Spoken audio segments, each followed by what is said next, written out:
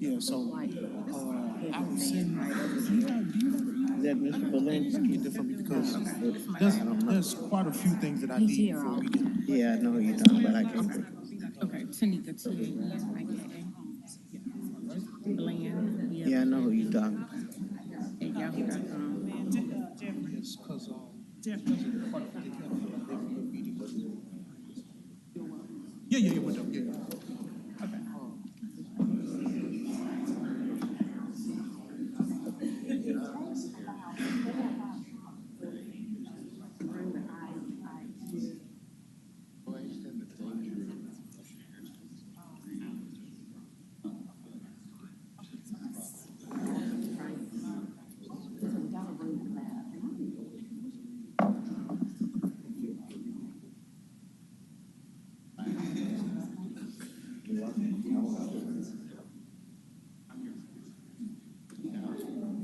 Okay, are we ready yet? Now, what happened to 14?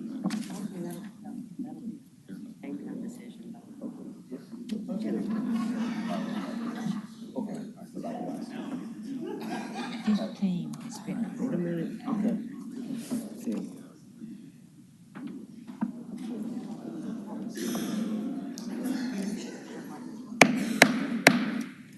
Good morning, everyone, and welcome to the May 11th meeting of the Memphis and Shelby County Land Use Control Board.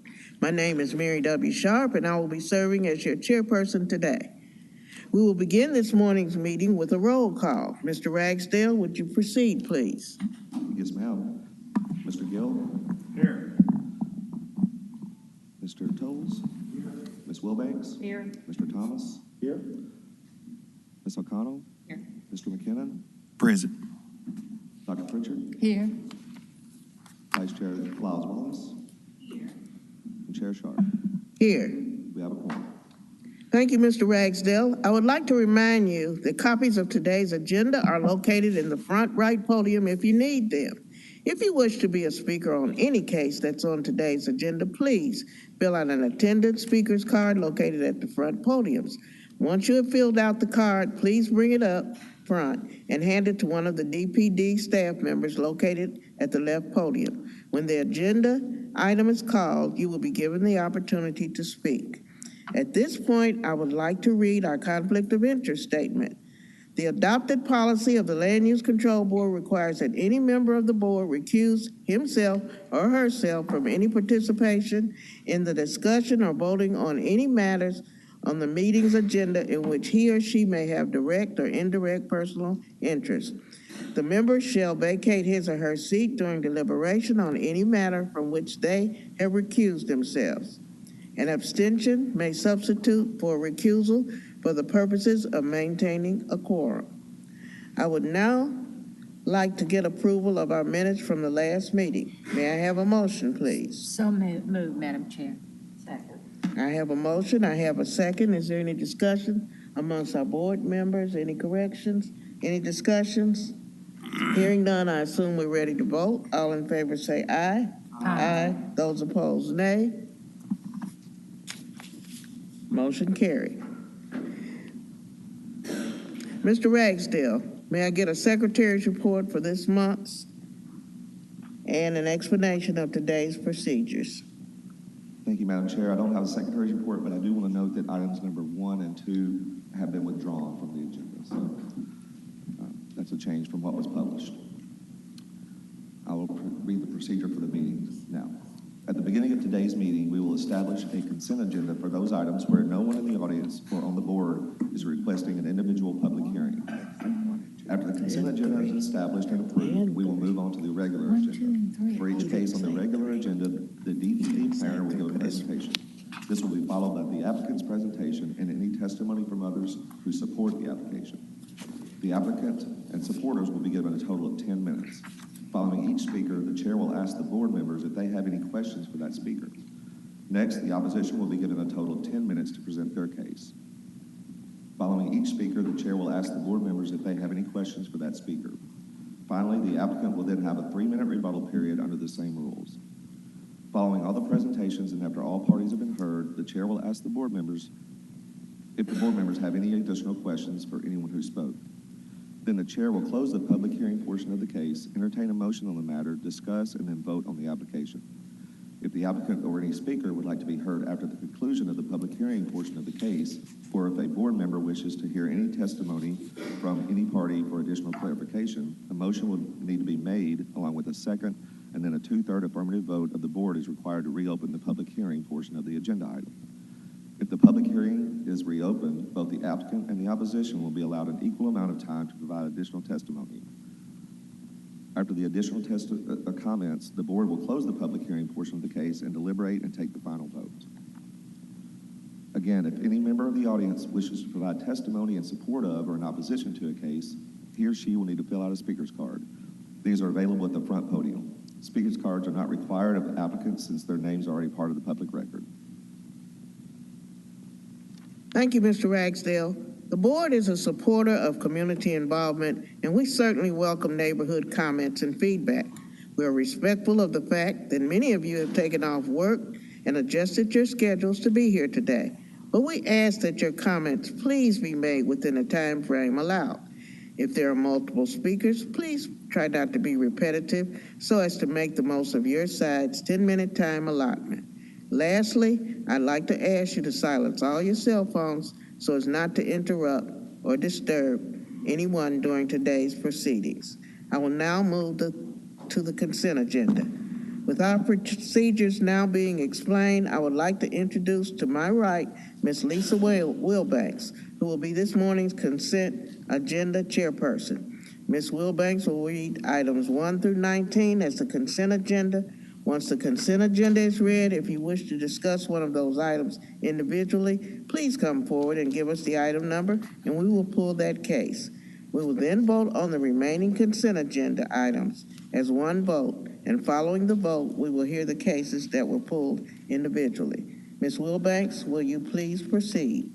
Yes, ma'am. Items number 1, 2, and 3 have been withdrawn. Item number 4, case MJR 23-12 in Raleigh. The request is a hotel at 3620 Austin P. Highway. Staff recommendation is hold for 1 month. Item number 6, case S 23-16 in Sea Isle. The request is a 2-lot major residential re-subdivision of Lot 10 of the Park Gardens SD at 1190 Haney Road.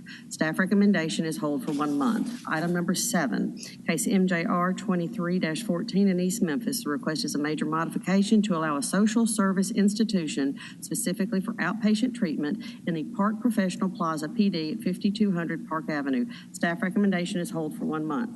Item number 8, case MJR 23-15 in Wolf Chase. The request is a major modification to allow 2 hotels in the Galleria of Memphis PD at 2261 Market Farms Drive.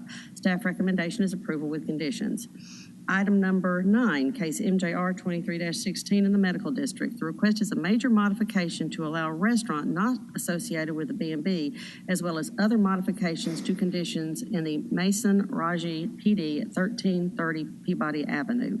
Staff recommendation is approval with revisions to outline plan conditions.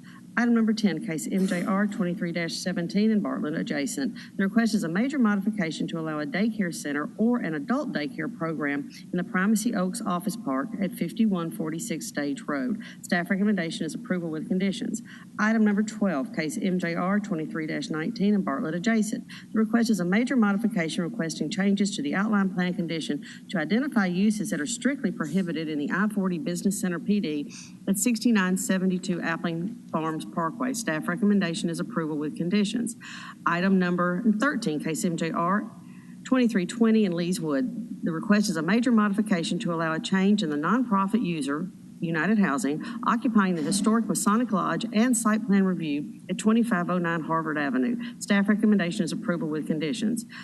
Item number 14, case PD 23-08 in Eads. The request is an amendment to the existing plan development for the expansion of a vehicle self-storage facility at 12635 U.S. Highway 64. Staff recommendation is for approval with conditions. Item number 16, case SE 23-01 in Midtown. The request is a special exception to allow 4 stories where not permitted by Section 8.4.9 of the Midtown District Overlay height standards at 34, 40, 42, and 48 South McLean Boulevard. Staff recommendation is approval with conditions. And item number 18, case Z 23-7 in Hickory Hill. The request is to rezone 5420 Knight Arnold Road from residential single-family 6 to commercial mixed-use 1. Staff recommendation is approval. That is our consent agenda. Madam Thank Chair, you. I apologize. I do have one change. We did get an opposition card on item number 16. 16. So that one will be heard. 16. I did. I read it. Okay. To hold.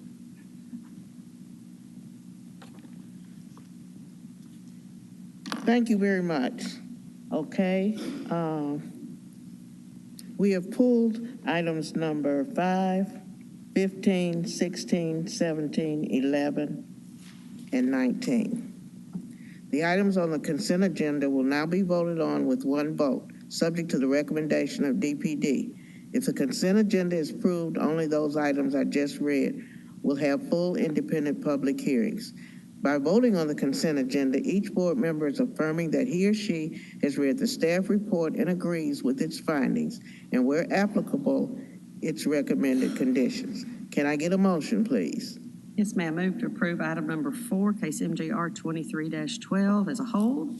Item number 6, case S 23-16 as a whole. Item number 7, case MJR 23-14 as a whole. Item number 8, case MJR 23-15. Item number 9, case MJR 23-16. Item number 10, case MJR 23-17. Item number 12, case MJR 23-19. Item number 13, case MJR 23-20. Item number 14, case PD 23-08. And item number 18, case Z 23-7. Second.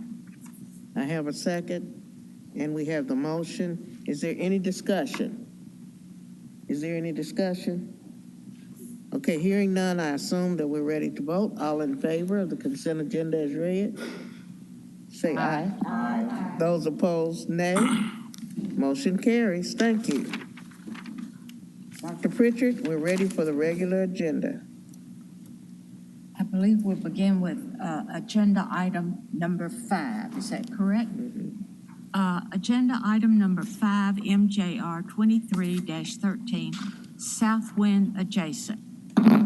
Site plan approval of an apartment complex at 3581 Tournament Drive South and 2 adjacent parcels. Staff recommendation is approval with conditions.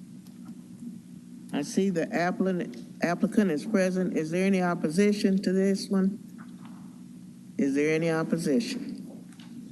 Madam Chair, I apologize, but we, right as the consent agenda was being approved, we got cards on item number 14.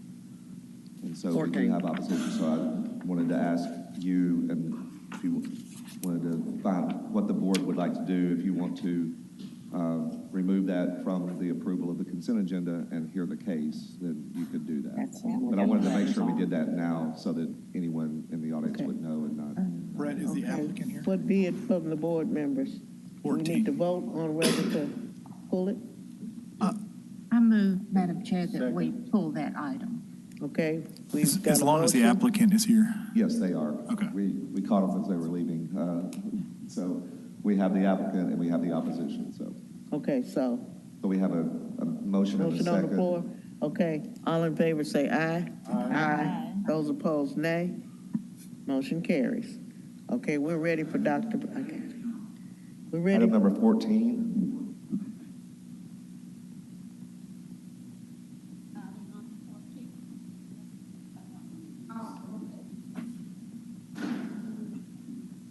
Okay, are we ready to hear number 5? Is there an opposition to number 5? Okay, It's this one. opposition.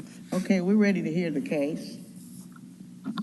Yes, ma'am. Brett Davis with the Division of Planning and Development. I'll give a brief presentation describing the request, showing some maps, and offering our conclusions and recommendation. This is case number MJR 23-13.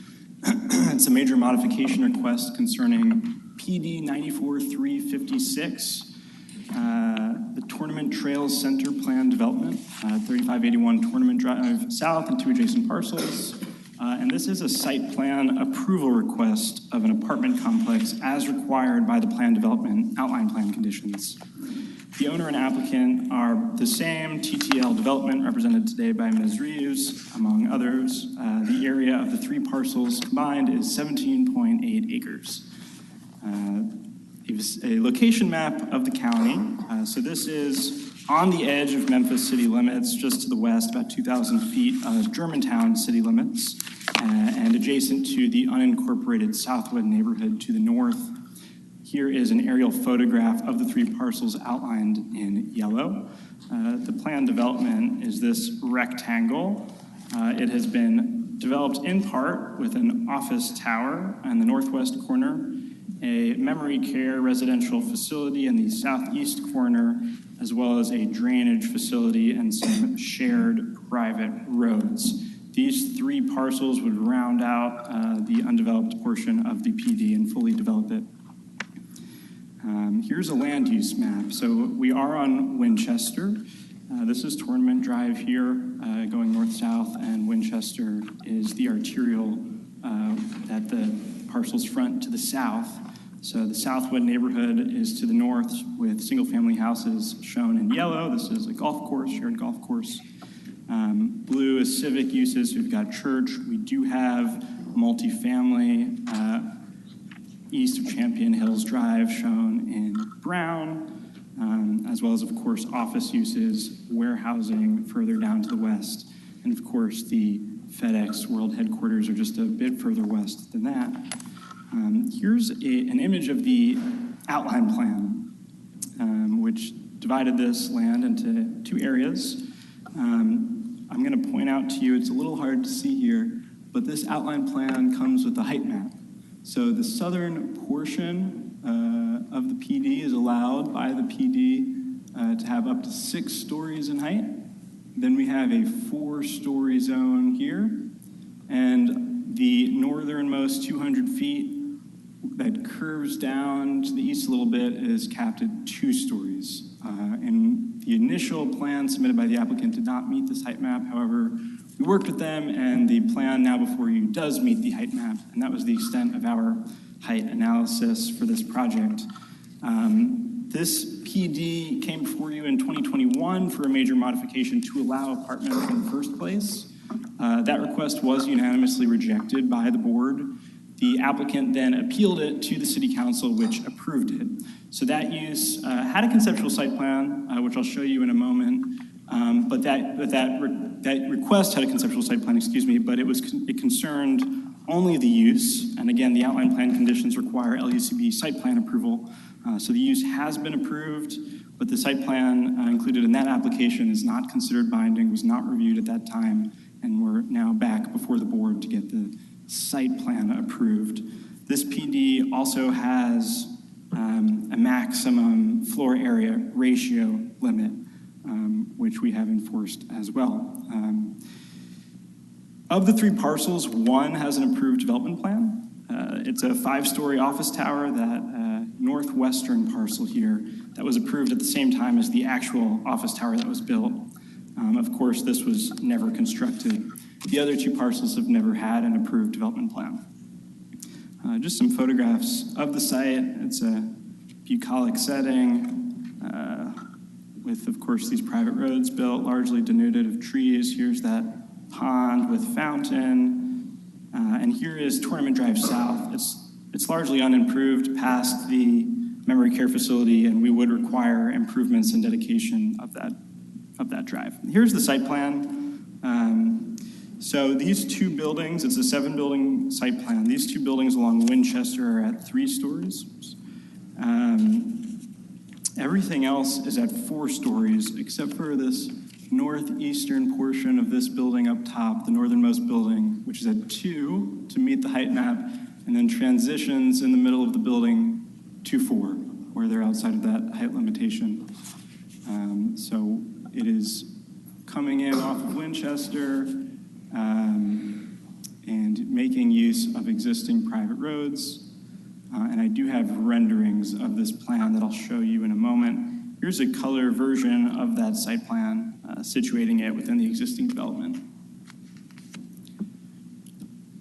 And I'm just going to go through these renderings.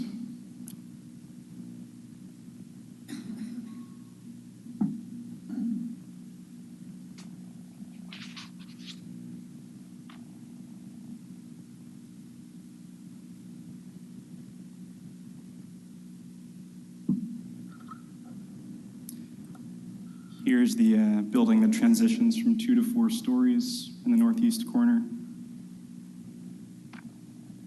The swimming pool. Treatment of the perimeter along the existing pond. Here's that main drive with the buildings lining it, coming in off Winchester. This was the site plan, the conceptual site plan submitted as part of the application in 2021. This had 279 units proposed. Again, it was not binding. The present site plan, following revisions made by the applicant working with staff to meet the height limitations, et cetera, is now at 540 proposed units total. We are recommending approval of this request with certain conditions, namely a maximum of 500 dwelling units, and also a requirement that no parking be provided between public streets and any buildings. So this parking over here along Tournament Drive would not be allowed under that condition, as well as parking between the fronts of apartment buildings and any private drives, such as this parking along this building here. So that concludes my presentation, and I'm happy to discuss anything or answer any questions. Thank you. Thank you, Mr. Davis.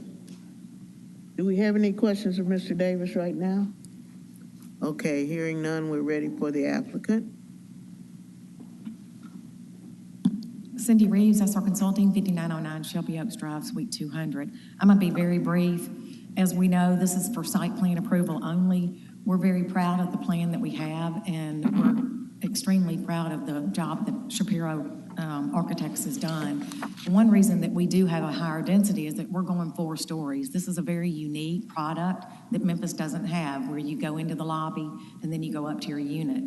It's a much higher class project than a 2 or 3 story walk up. So we're real excited about that.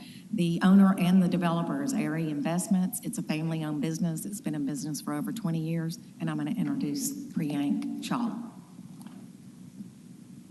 Good morning, everyone. My name is Priyank Shah. Thank you for your time. I just wanted to take a moment and give a quick background on myself and our family business. Can you give us your address, please? Sure. Priyank Shah, 12406 Hogan's Alley, Chester, Virginia, 23836. So as Cindy mentioned, we are a family real estate business. My dad started the business in the early 2000s. My brother and I have been kind of managing the business on a day-to-day basis. We grew up in the space in real estate and really have a passion for it. Just to one of the things I'd really like to note is we try to kind of express a long-term outlook in anything we're involved in, whether it's an acquisition, a development, or a redevelopment. So in terms of the style of architecture, the materials, the finishes, making sure they're durable, the design, locations of projects we're involved with, we really try to pick stuff that can stand the test of time and really kind of be a long-term outlook. I think the last thing I'd like to note is we really make a cognizant effort whenever we go into a market to work with local firms there. We're really proud of that. On this project, we're working with Shapiro and Company on the architectural work. We're working with Porter on the engineering. We'll work with a local Memphis-based general contractor when we get to that point. We're working with Multi-South on the property management. So really try to kind of work with everyone in the local environment. Can you go to the next slide, Brett, please? Or actually, you can, even the slide app. Oh yeah, so yeah, go right up there. Go up 2 slides, sorry. So we wanted to just show a couple projects that we're working on or have worked on in the past. This is a mixed-use project in downtown Indianapolis. It's a hotel with 2 stories of apartments on the top 2 floors and the rooftop bar. Can you go to the next slide, please? Can you go up 1? Sorry. This is the AC by Marriott in East Memphis. We're a major equity holder in this project as well. It's Marriott's luxury select service brand. It's a European inspired. If you go to the next slide, Brett, please. you can see that, it's very modern finishes, lots of natural stones, really nice finish, and really excited about this project, and we received approval on this last year. If you can go to the next slide, please. This is another project that I just wanted to touch on for 2 seconds. We were just recently awarded an RFP for a major mixed-use development in a major city in Virginia. It's going to be 250 apartments, 120-room hotel, and 5,000 square feet of retail. Can you go to the slide after this, please? Actually, the one right after that would be great. In terms of our project, just want to hit on a couple high points. As Cindy mentioned, we're 3-story and 4-story air-conditioned elevated product with interior corridors.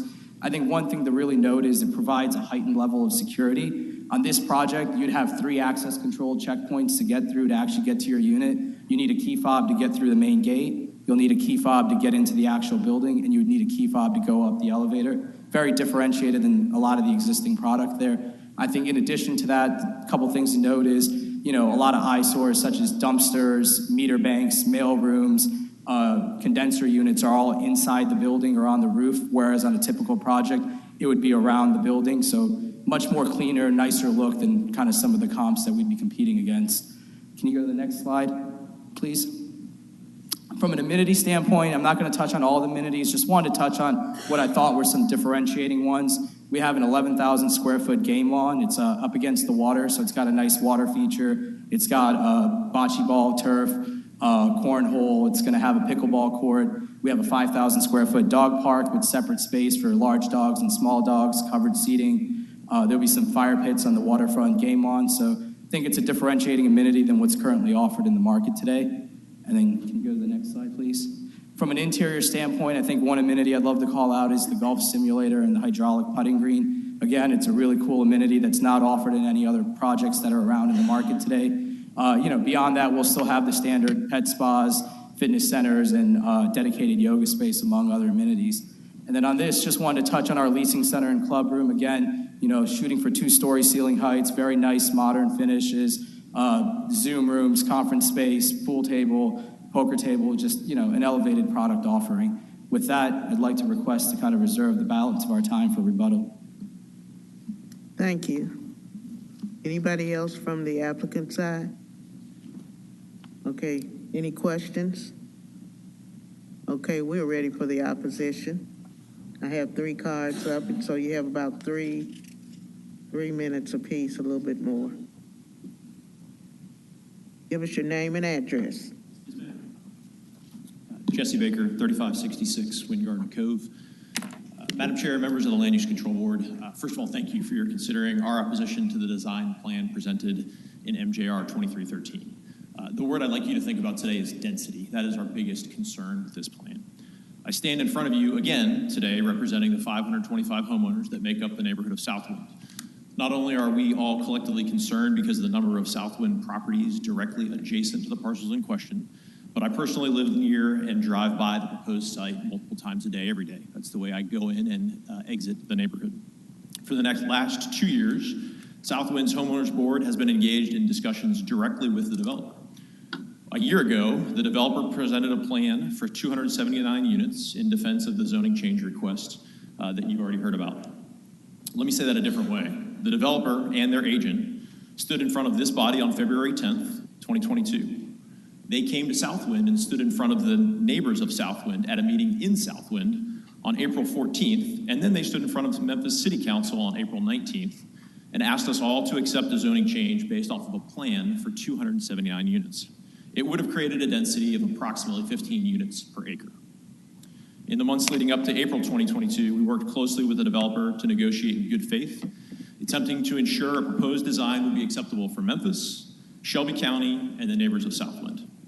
We recognized, assuming an approval to the zoning change request was inevitable, that the plan was in line with nearby similar properties, and we felt the original plan, 279 units, would be an excellent compromise solution for the entire broader community. In short, we sought to ensure a win-win-win scenario for all of us. If the plan presented today even remotely matched what the developer told our neighborhood, and told City Council just a year ago, we would happily sit down, remove our opposition, and go on about our business. However, this is clearly not the case. In December 2022, the developer informed us that the plan had now doubled in terms of units, and density, increasing the number of buildings from 4 to 7, as you've been briefed. Green space went from 40% to about 1 to 2. As Priam told you, it's about 16,000 square feet out of about 780,000 square feet of exterior space is now devoted to green space. Anecdotally, 40% to about 1 to 2%. I'd like to underscore the point. The new plan results in a density of over 30 units per acre, which is in fact higher than the maximum allowed for high-density residential multifamily complexes in downtown Memphis per the Unified Code. To clarify, their proposed density is higher than the max allowed 17 miles away here in downtown, and this property is going to be less than 2,000 feet from the suburban city limit.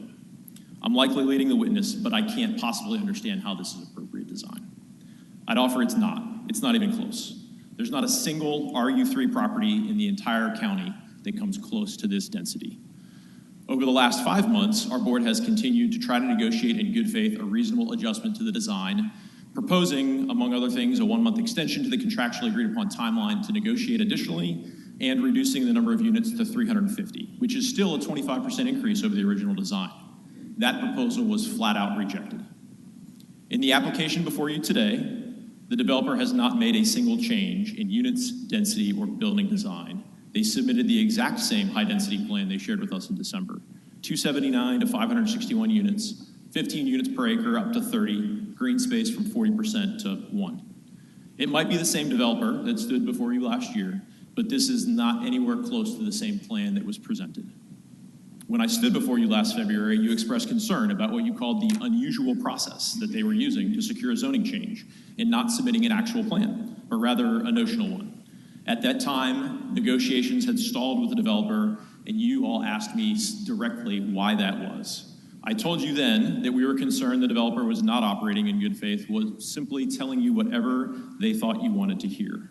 Ultimately, you unanimously rejected the zoning request because you were concerned about the lack of detail and the potential for escalation, in no other words. As it turns out, it appears we were both right. Following your disapproval, the developer demonstrated a remarkable willingness to work together, at least for the next 2 months, until April 19th, when the City Council approved the zoning change. In the last 13 months, not so much. To put it clearly, it feels like a classic bait and switch. So it's with frustration and disappointment that we all stand before you again today in a strikingly similar situation. As you know, the application was held over due to continued discussions between the developer and the planning department because of density concerns. It has been adjusted down to 540 in the last couple days, but that's still a 95% increase in the number of units presented to the neighborhood, to you, and to City Council a year ago. Eliminating 21 units doesn't change the fact that density is still much higher than would be allowed here in downtown Memphis. I do want to express appreciation for the Department of Planning's recommendation to cut the number of units to 500. However, this is still unacceptable for RU3 property located within Shelby County per your Memphis 3.0 master plan. With that, I'd like to yield to my neighbor, Ann Burgess, who will present a counterproposal for consideration based on a data-driven analysis of existing property within Shelby County. Thank you. Ann Burgess, 3496 Wind Garden Cove. Thank you for hearing our feedback. While we want to go back to the 279 unit plan, we understand that there have been changes. They do not need to build a detention pond any longer, and that freed up about 18% extra land space. We proposed 350 units for a couple of months, and that is a 25% increase over last year's 279 units, which increased the density and also gave great use of that area where they don't need the detention pond now. We'd like to really have you seriously think about 350, but I'm also here today to ask you to respectfully consider 4 changes to the Department Planning's conditions as follows. 1, reduce the maximum number of units to not more than 410. Again, remember 350 as you think about this and deliberate. 2, require the applicant to maintain 2-story buildings close to Southland Drive and along Turnman Drive. 3, require the applicant to move the emergency access on Turnman Drive closer to Winchester per the recorded plat and covenant signed by the applicant, which required them to put best forward effort to do that, and we do not believe they did. 4, put no parking signs on both sides of Tournament Drive between essentially Southwind Drive and Winchester. I want to address the number of units in detail, as density is our neighborhood's greatest concern. Our rationale for supporting an absolute maximum of 410 units is data-driven, and here is why. An analysis of over 24 RU3 multifamily complexes across the entire county yielded a range of densities from 8 to 23 units per acre. Using that high number of 23 units per acre and apply that to this property, it results in 410 units. The 500 unit maximum proposed by DPD seems like a nice round but arbitrary number, which would be a 28 unit per acre density. Such a density is 25% higher than any other RU3 property in the county, making the development unlike any other, as Cindy Reeves has just told you earlier in her presentation. Settling on a density of 28 would make this complex, which is less than 2,000 feet from the city limit, very similar to the downtown maximum of 30 units per acre. We also know settling on 500 units matches the misleading and overstated average of units of nearby complexes on page 30 of the staff report. And correct handling of that data would result in 334 units, not 500. And I put that in my opposition letter, which can be found on page 91 of the staff report. Furthermore, in support of 410 Madam Chair, units, the opposition has about a minute remaining. Thank you. Yeah, 1 minute. 410 units is 50% higher than the original application of 279 for the zoning change. Additionally, we previously proposed 350, which was 25% higher.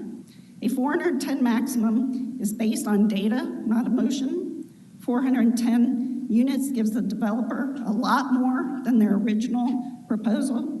410 units gives you the peace of mind that you created a winning solution for all stakeholders. If you approve this application, please make a not more than 410 maximum unit as a condition. Thank you. Thank you. Okay, we don't have time for the other, are you the third? No, ma'am, just if there are any questions, I want to make questions. Okay. First of all, are there any questions from the board members of any of the opposition? Okay, Yes. hearing none, then we'll. Yes. Just a minute, sir. We're gonna have the rebuttal. Mayor? Oh, you got a question? Yeah, I'm sorry. So from the Southwind neighborhood, I just want to know, you're not totally opposed to the project. You want to keep the number of, That's correct. down. Thank you Yes, sir. so much. Could you just very concisely tell me why 90 units matters, or if we agreed with DPD and restricted to 500, what's the difference to the Southwind neighborhood for those 90 units? I think it's people density. I mean, that's really the biggest concern. Sure, so we're concerned about people. Also, the reduction of 90 units is a reduction of well over 100, probably about 120, 130 parking spaces. We think that opens up the green space. If you really look inside this complex, it is a concrete jungle. Any green space is literally on the edge of the like Winchester. So we are concerned about green space. The number of people, we're also concerned about traffic. The traffic study allowed for 1% to 2% growth in the area, and we think the growth will be much higher and faster than that, especially with Germantown's just having built a new water tower. So we know there are a lot of units going in on Winchester and Forest Hill Irene, multifamily and single family. So we're concerned about traffic. And so green space, traffic, people density would be our biggest concerns. Thank you. And it's important to know that 23 is by far the highest density I found. Most of the area is around 15 to 20 units per acre. Okay, thank you. Okay, thank you. We're ready now for the rebuttal of the applicant.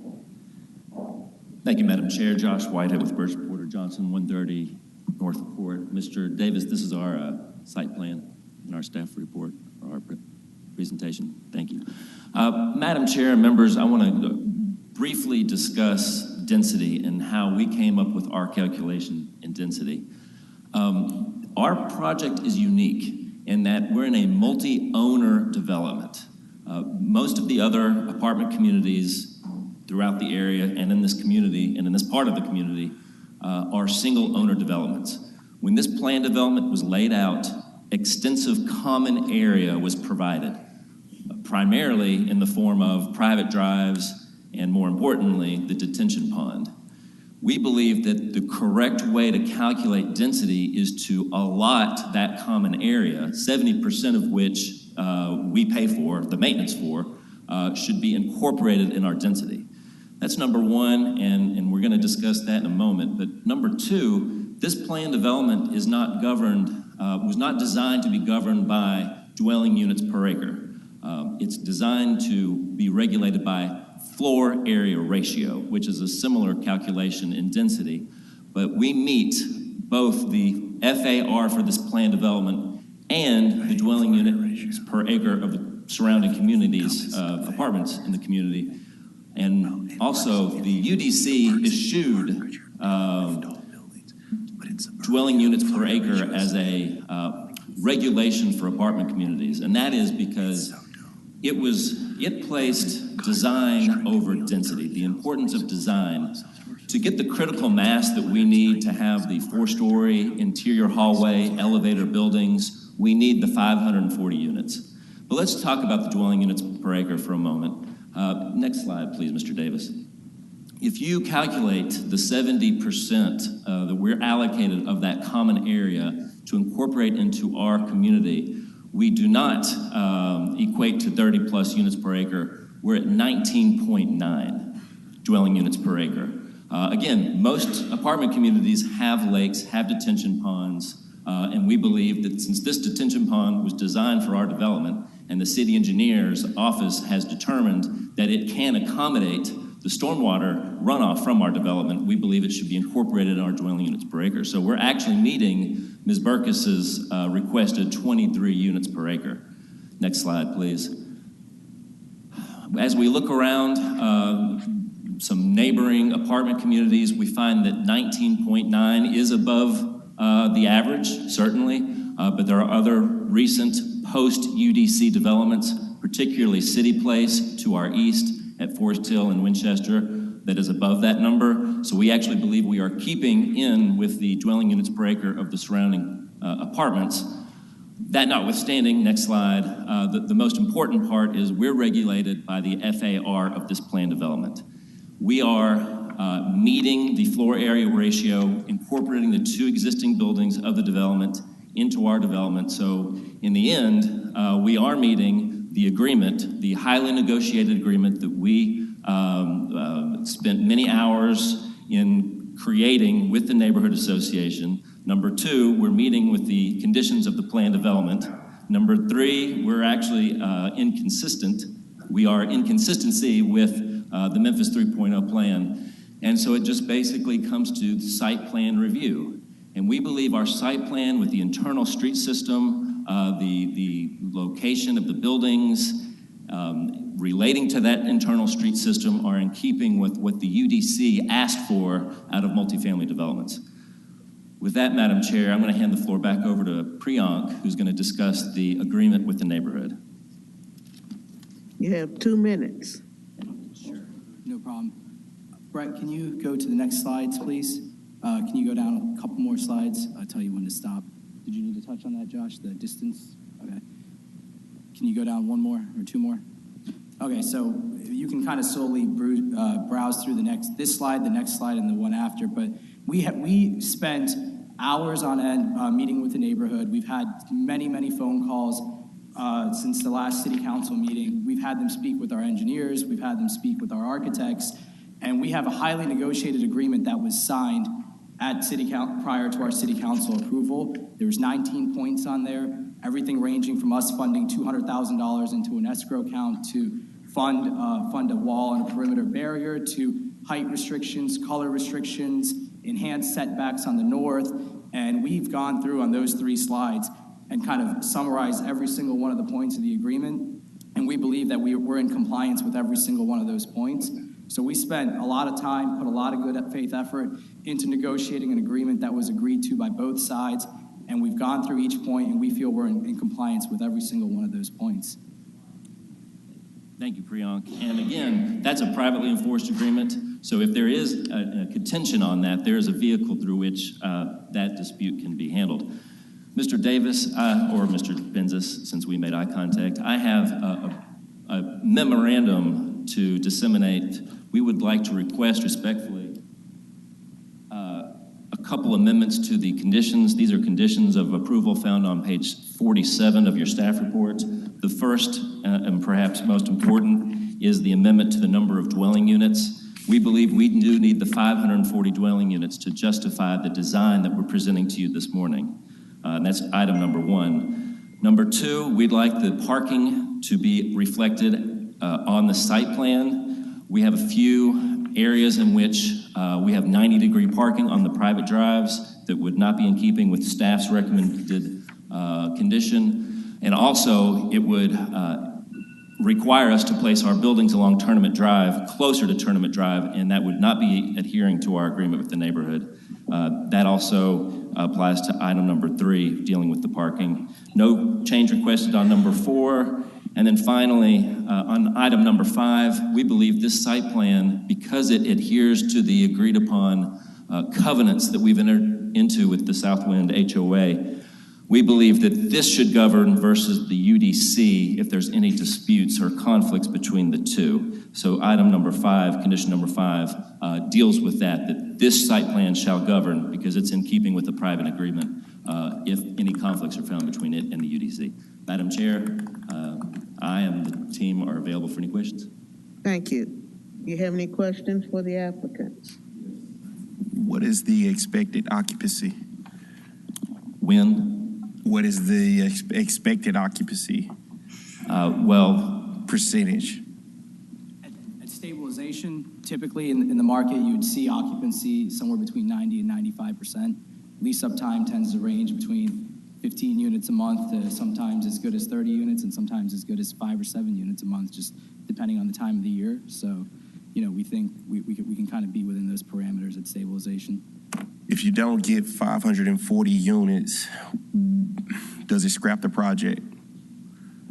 At the end of the day, everything, it's when you kind of look at the economics, every time you take away units, you have to kind of, to rebalance the project, take away amenities, right? Or you have to find ways to kind of skim costs. And at the end of the day, we're not a merchant developer. We're a family business. We're not in 30 states, and we're not here with the goal of let's build this and on month 36 let's get out of it. When you have that short-term mindset of a merchant developer, you'll skimp on finishes, you'll skimp on architectural quality because it's not your problem after 2 or 3 years. We build or we buy or we renovate every property as if we're going to hold it forever. Now, do we hold everything forever? I'm not going to stand here and say that. No, that's not true. We do sell stuff from time to time, but we go into it with the mindset of, if I have to own this through a recession, if I have to own this through a tough time, can I sustain and can I maintain? We want assets that can stand the test of time. And I think, every time you take away density, that kind of makes us go back to the drawing board to find ways to make the project work. And usually, the low-hanging fruits, the things like the game lawn, the golf simulator, the things that if you have the density, you can kind of provide and kind of really create a differentiated product. Without going off on too long of a tangent, to me, I've seen this before where so I'm from Chester, Virginia. It's my hometown, kind of grew up there since high school. And it was always a 2-story, 3-story walk-up product market. And if you asked anyone why, they said, well, that's just how we do it in Chester. It's a suburb of Richmond. We do 2- and 3-story walk-up product. And someone we know in our circle actually built the first 4-story elevated corridor product there. And it was so successful, they came back with a phase 2. A year later, someone else is building a 3rd project there. Now there's a 4th one that's been approved and under construction, and a 5th one that's been approved. And, having the benefit of being in different markets, we kind of, part of our job is to look for patterns that are successful in certain places and kind of put it into other markets where we see there's a void. And it was kind of a void. I've personally toured 10 of the comps, walked units, walked all the amenities, and I see this, and I'm like, whether when we go to Indianapolis or whether it's Virginia, we see this product in every other market, and we're like, why is it not here? The income demographic is there, the demand is there. It just felt like a void, and it felt like a really good way to fill the gap. Economically, it'd probably be more lucrative to build 2- and 3-story walk-up, but I think long-term, if you have a 10 or 15-year outlook on stuff, I think quality kind of stands the test of time. Thank you. Any other questions of the applicant? Okay.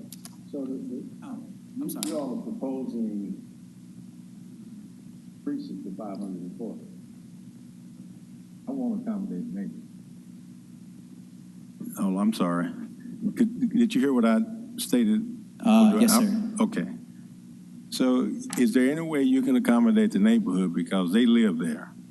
And I hate to vote against. We made some concessions, and without going into too many details on all the negotiations, we actually have an enhanced setback from our private agreement on the northeast corner. We're actually allowed to build 2-story product within 200 feet. During our initial negotiations, we agreed to an enhanced setback where we wouldn't build within 200 feet. So that way, we're not even building a 2-story within 200 feet. We're just 200 feet or further away from the PD line. So it pushed our building further south. Part of that trade-off was actually being able to be 4 stories closer east. We went back and said, you know what, even though in our private agreement it says we could be 4-story here, we sliced off the top 2 stories on the eastern side. So we've kind of dropped it from the 561 to, I think we're at 540 units today. So, we slid our building further south. We've made it shorter than what was called for in the enhanced setback. So I feel, we've been trying to accommodate, and we've always had an active dialogue. We've had, and Cindy can attest to this, we've had many phone calls with them. We've had them speak with our engineers. We've had them speak with our architects. So I would kind of say we've been doing everything we can to try to make this work. My only question though, if they agree to this, I mean, I'm looking at the people here today, there's a disconnect somewhere. So can you go below 500? And I understand economics. You have a model in me to make this profitable to do it, but we still have to accommodate the neighborhood, in my opinion, because they live there at the beautiful Southwind. So can you meet with them if we delayed this? Can you go back and meet with them to satisfy their pain point?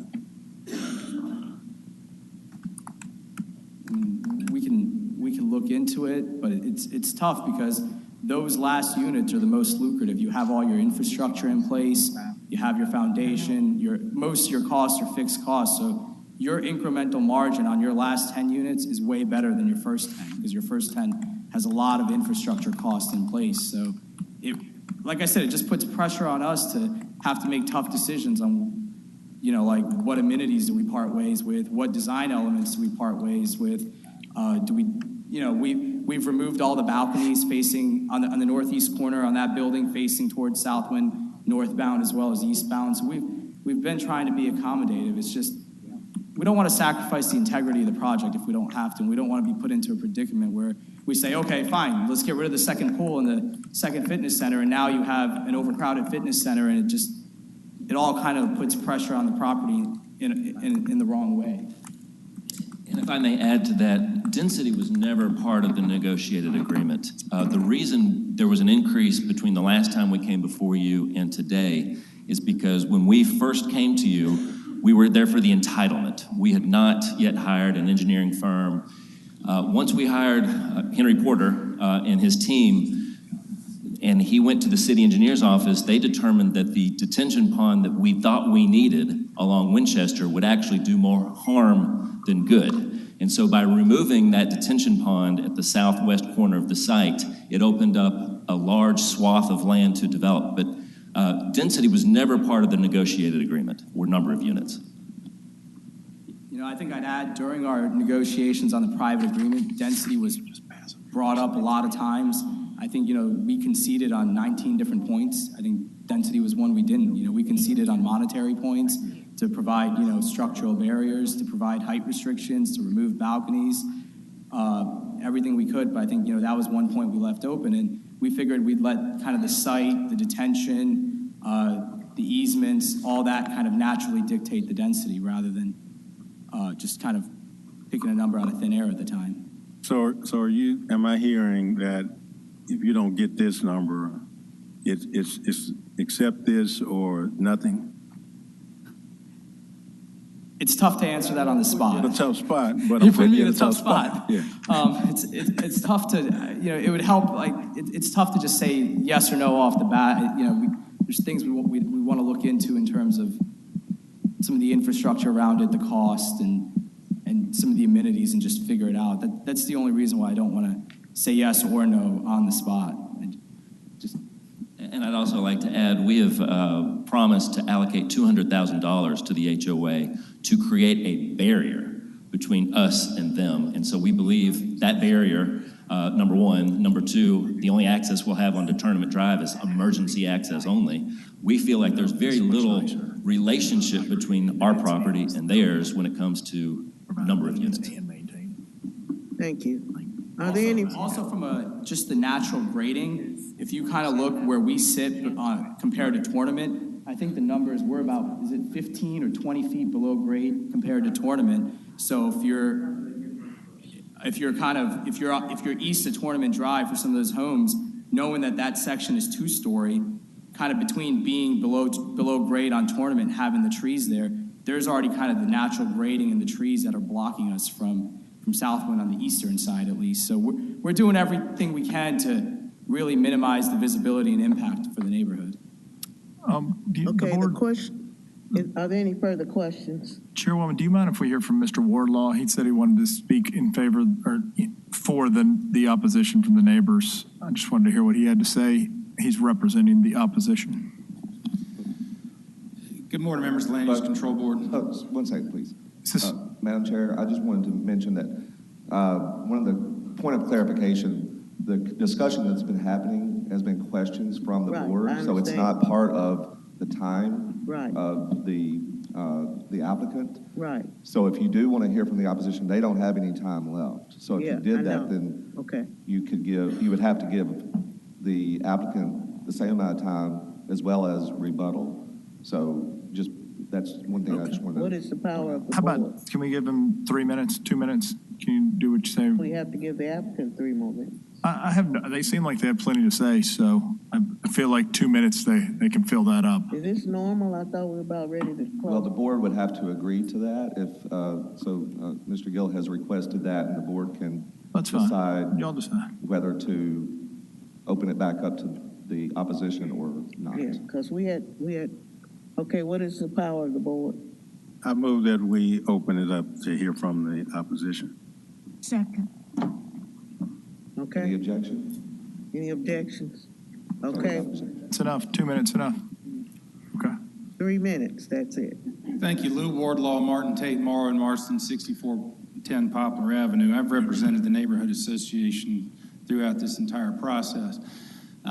There is some confusion on what was presented in the context of the site use and how that should or should not relate to the agreement that was made in that context. And the term bait and switch was used in the density. There's a little bit that going on in the forcefulness of the contract. There was an agreement. We came to an agreement.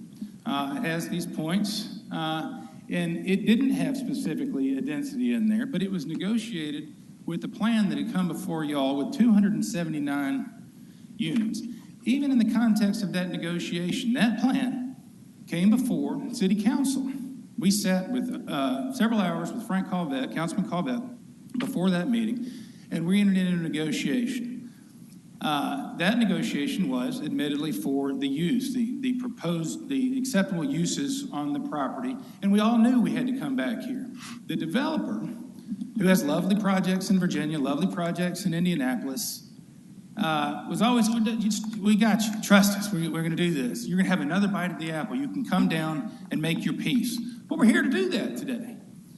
You were shown and flatly rejected by a unanimous vote a 279 unit version of what is now ballooned to a 540 unit development. No one here is today talking about the use of the property. That ship has sailed, there's agreements in place, we've moved on. We're talking about the density.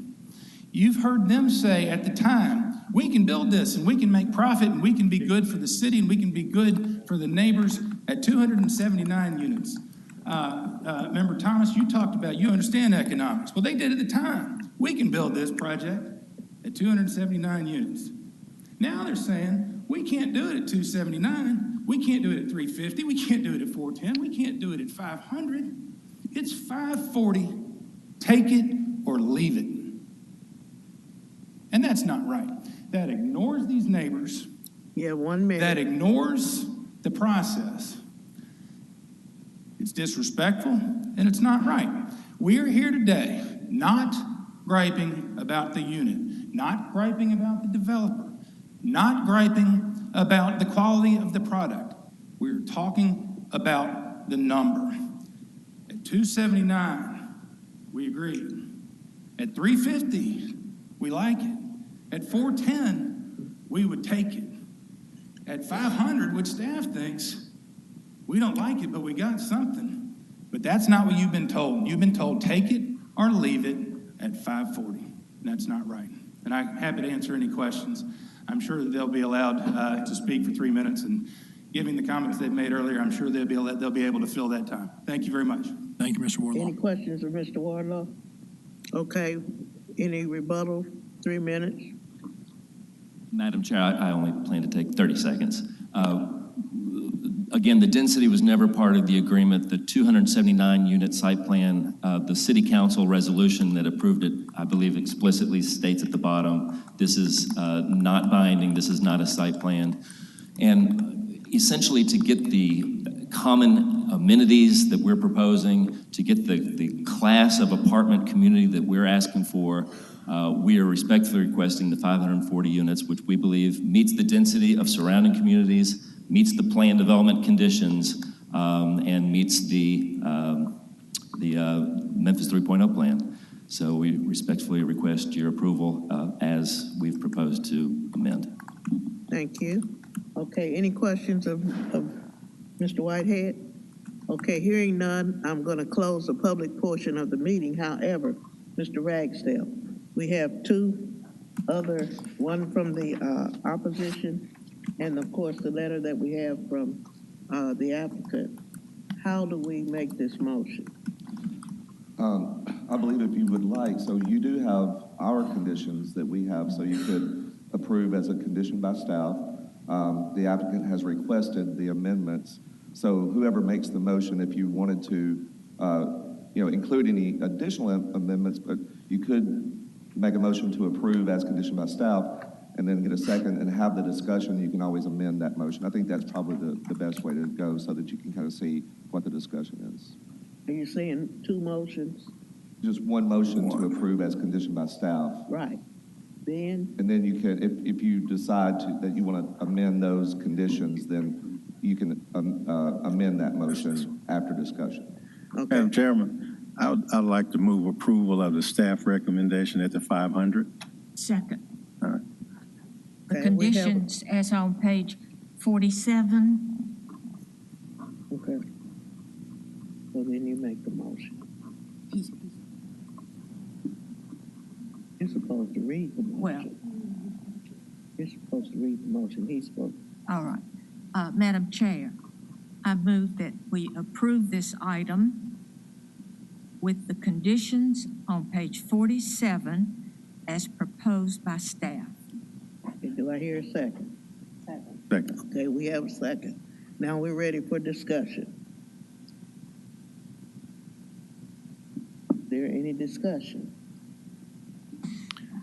We have another proposal in front of us. We're doing it as staff recommended in the staff report. Yeah. Is there any further discussion? Okay, hearing none, I assume we're ready to vote on the motion as presented by our chairperson and staff. And, all right. Ms. Wilbanks? Yes. Mr. Tolles? Yes. Ms. O'Connell? Mr. McKinnon? Yes. Mr. Gill? Yes. Dr. Pritchard? Yes. Vice Chair Laws Wallace? Chair Sharp? Yes. Motion carries. You didn't get my vote, sir. Yeah, call my name. I apologize, Mr. Thomas, you're right there. Yes, yes. Okay, thank you, and I apologize for that. Thank you. Dr. Pritchard? Madam Chair, I believe that brings us to agenda item number 14. Number 11 is a rejection. Oh, excuse me, yes. Number 11, MJR 23-18CO, Forest Hill, correspondence to PD 02-365CC, apartment complex on the east side of Mayfield Road, just north of Collierville town limit. Staff recommends rejection. Is the applicant here on number 11? The applicant here on number 11? Let's see. Is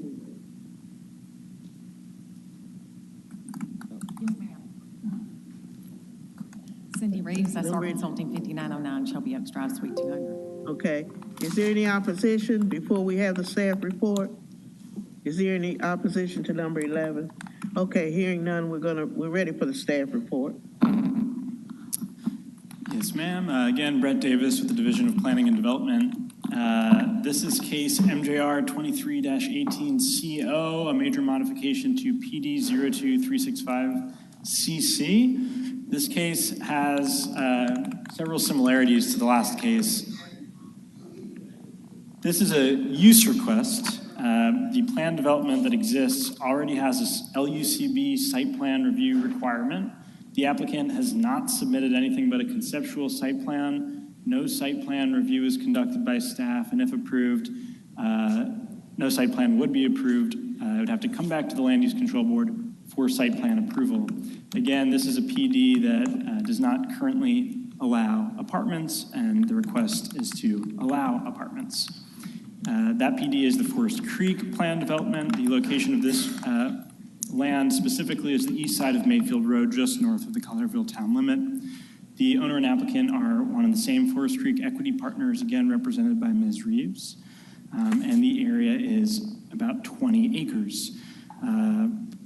Further similarities in size, PD type, use request is location. The last request was on this little Memphis panhandle here. So we're southeast of that in the Forest Hill neighborhood of unincorporated Shelby County. So the last request was in the city. This land is not in the city. It is abutting Collierville and just south of Germantown, and I'll have more images of that in a moment. Here's the plan development. Highlighted in yellow is Area 7. That's the area we're looking at. This is tied to office zoning, the OG zoning district roughly by the PD. And here's a better look at that zoning. So the site, again, is in the Forest Creek PD in the off-OG zoning equivalent.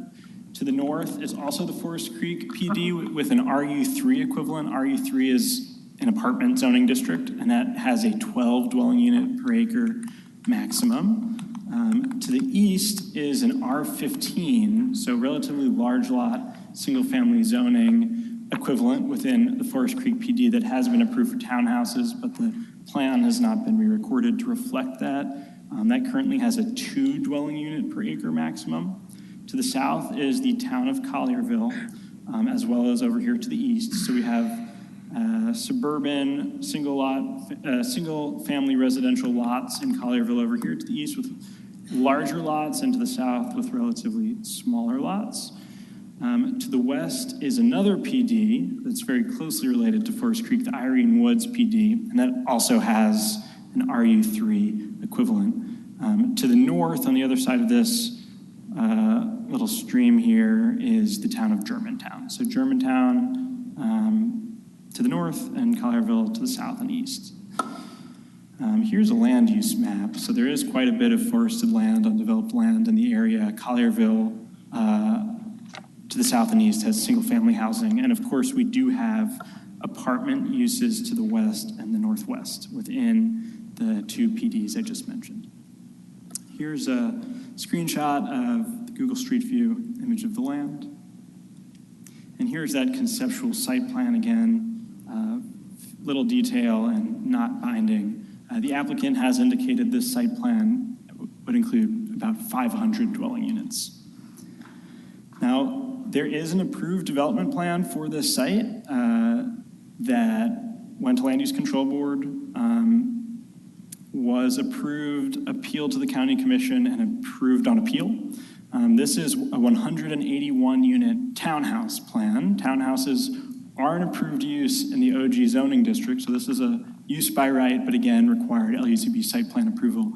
This has been approved, so we're looking at comparing this 500-unit apartment plan to the 181-unit townhouse plan. So in conclusion, Forest Creek Equity Partners has requested a major mod to allow an apartment complex in Area 7 of the Forest Creek PD, roughly equivalent to the Office General Zoning District.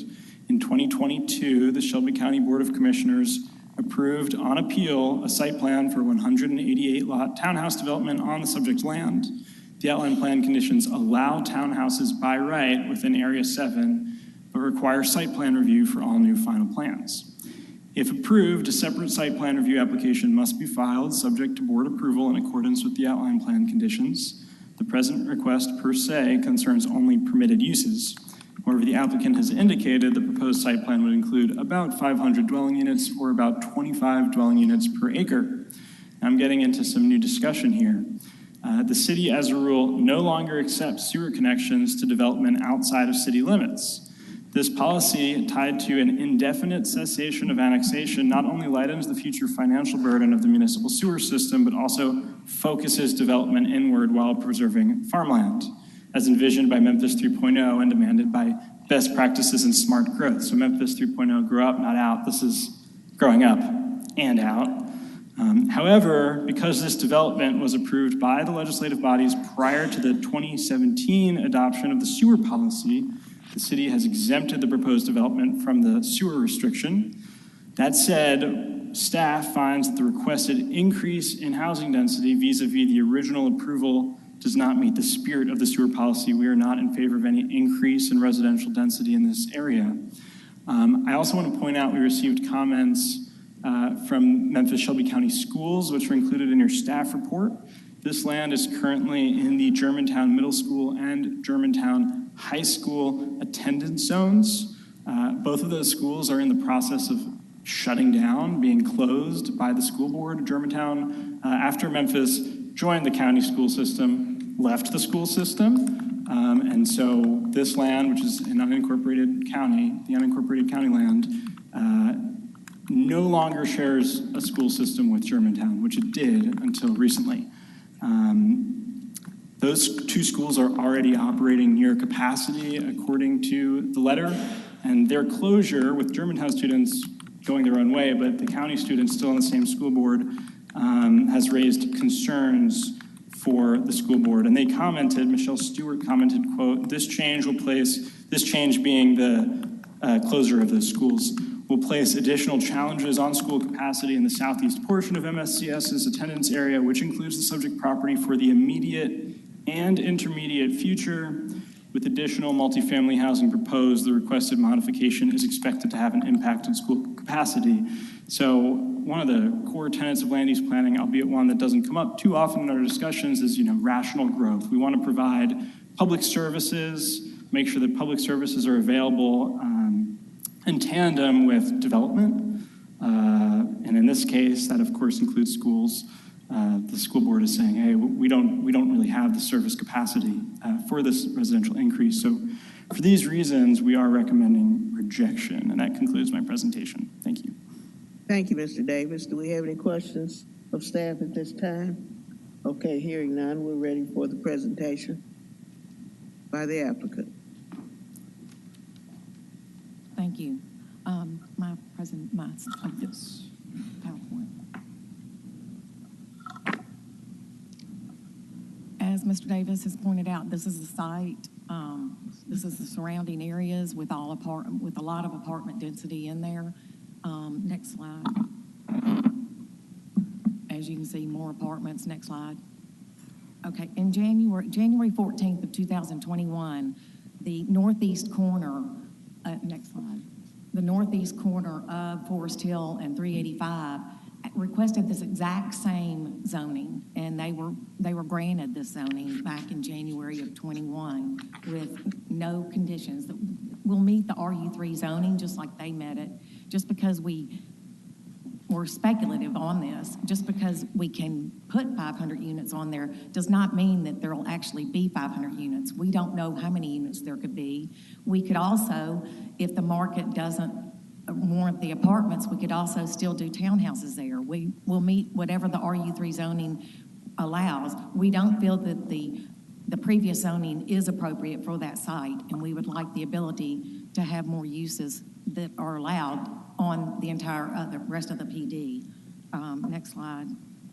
This is the July 8th, 21 application that came before you that gave a revised site plan. And then next slide. That's their revised site plan, and the next slide. As you can see, you have apartments that surround the entire development. There will be apartments adjacent to this development, and we feel that RU3 zoning is an appropriate zone for this area versus the underlying zoning that's allowed under the PD. So we would respectfully request that you approve this application. There is no other sewer rights available in the county except this property, this development. So thank you.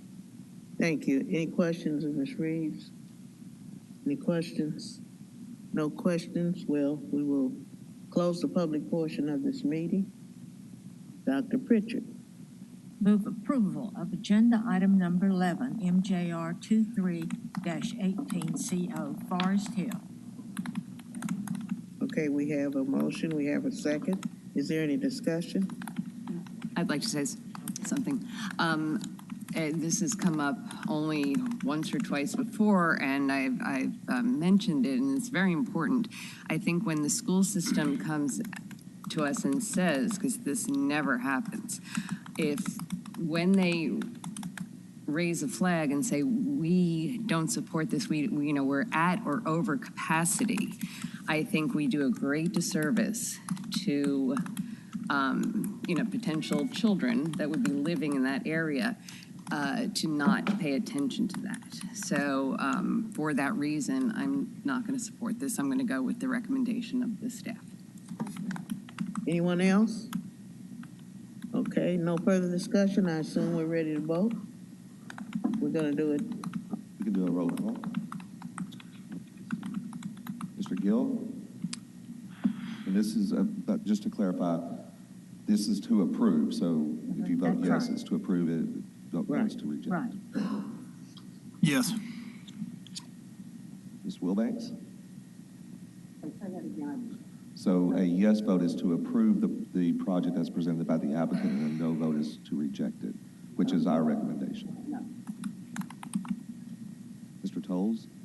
No. Mr. Thomas? No. Ms. O'Connell? No. Mr. McKinnon? No. Dr. Pritchard? No. Vice Chair Lyles Wallace? Chair Sharp? No. Got everybody. Motion fails. Okay, thank you. Dr. Pritchard? That takes us to 14. Right. Madam Chair, we're considering agenda item number 14, case number PD 2023-08.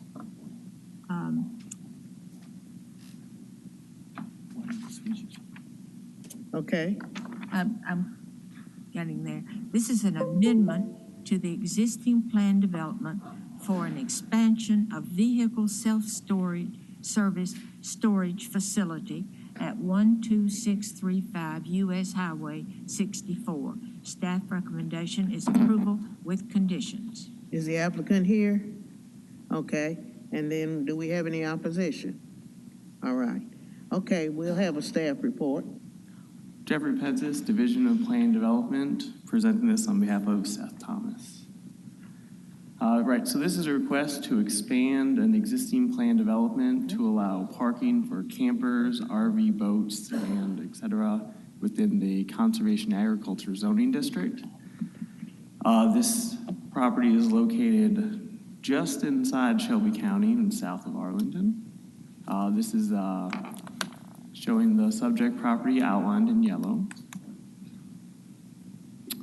This is just showing the existing zoning of the subject property, which is conservation and agriculture. This is showing the adjacent land uses. There's vacant land, there's single-family houses, and there's some office. So this is the existing site plan as approved by PD 20-06. And this is the concept plan for the expansion of the facility, which is mostly to the west. These are just some site photos of the subject property as it currently exists. You can see there's the storage. So essentially, this proposed development will not unduly injure or damage the use, value, and enjoyment of surrounding property, nor unduly hinder or prevent the development of surrounding property in accordance with the current development policies and plans of the city and county. And with that, staff recommends approval with outline plan conditions, which can be found on pages 16 to 20 of the staff report. Thank you, Madam Chair. Thank you. Do we have any questions of Mr. Pensis? Okay. We're ready for the applicant. Yes, ma'am. David Bray with Bray Firm, 2950 Stage Plaza North, Bartlett. We're in agreement with the staff conditions, and I'm happy to answer any questions the board might have. I'm not sure what the concerns are from the opposition, so I'd like to hear their statements and reserve my time for that. But if you've got any questions at this time, I'll go ahead and answer them. Okay. I'd like to, let me ask him a question. How you doing, sir? Good. Thank you. Is this indoor parking of RVs and campers, or is all exterior? There's a little bit of both. I shouldn't classify as indoor. There is some covered, and you saw in that picture that had the view from Highway 64. There's several covered sheds right there at the entrance, but it's just a cover. There's no side wall or back wall to them, and then the rest of it is open. And will it be visible by residents that back up to this property? Will they be able to see all of this? We've got screening all the way around, and I think it's a 15-foot landscape screen that we're preserving all around the perimeter. And anywhere that we need to beef that up, we certainly can. We've tried to preserve existing vegetation, and then there's a call out on the plan for supplemental wherever that's. And the fence is actually not to the property line. It's moved into the back of the parking area, so the vegetation exists between the fence and the property line. And this is self-parking, so there's 24-hour access to all of the, okay, all right. Thank you. Okay, that's your presentation. We're ready for the opposition. We have 2 cards. We have 10 minutes.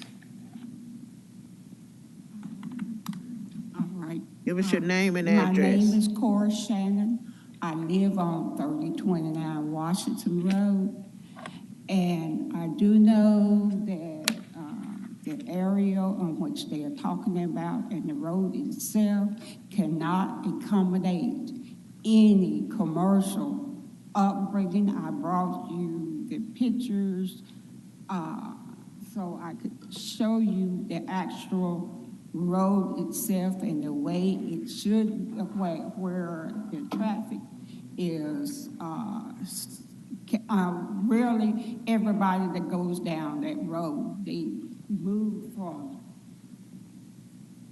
the road is not wide enough unless they are planning on widening out the street or widening where they can accommodate RVs and campers and stuff. It's no way possible. Because even 2 pickups cannot accommodate Washington Road without stopping or one getting in the ditch in order for the traffic to go down Washington Road, period.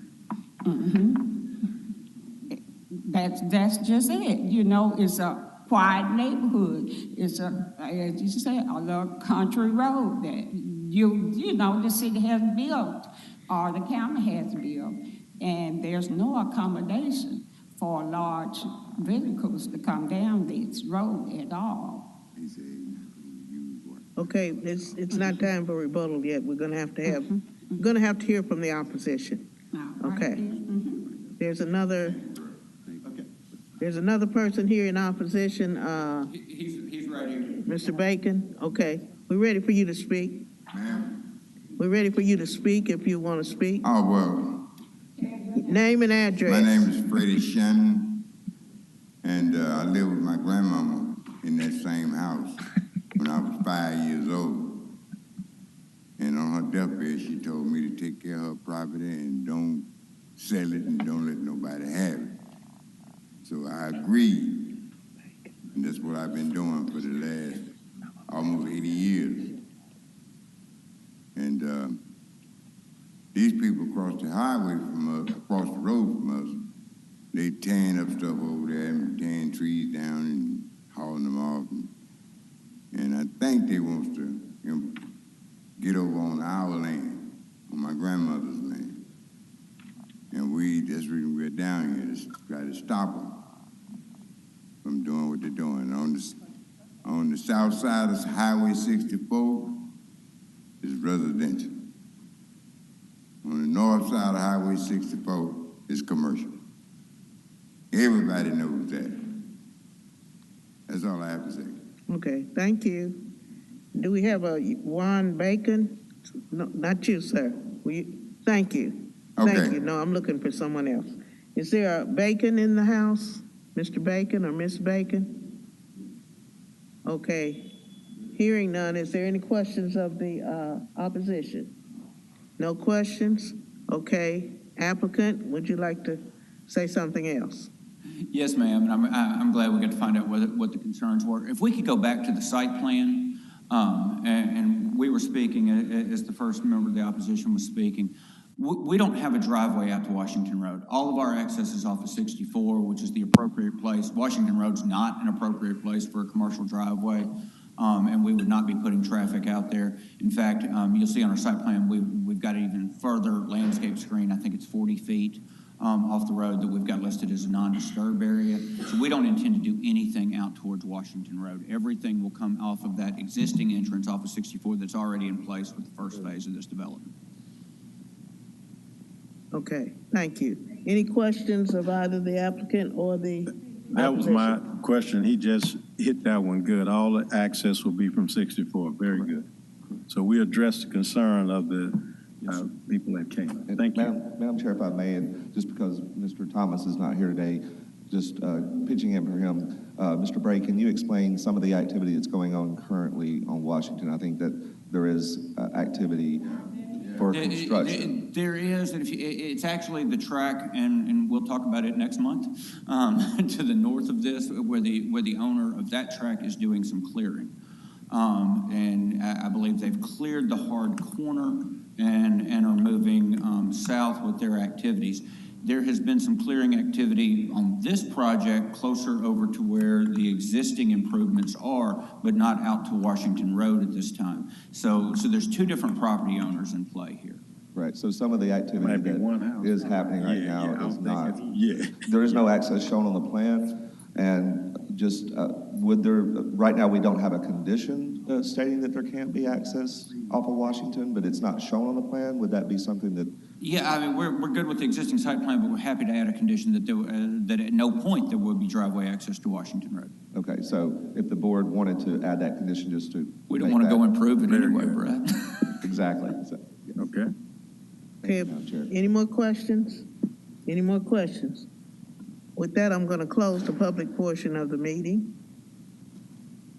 Okay, we're ready, Dr. Pritchard. Move approval of agenda item number 14, PD 23-088. We have a second, we have a motion. Is there any discussion? Yes, can we add the condition that there will be no future access on Washington Road? I'll add that to that. Thank you. Okay, we'll add that to it, and I No assume, objection. any other discussion?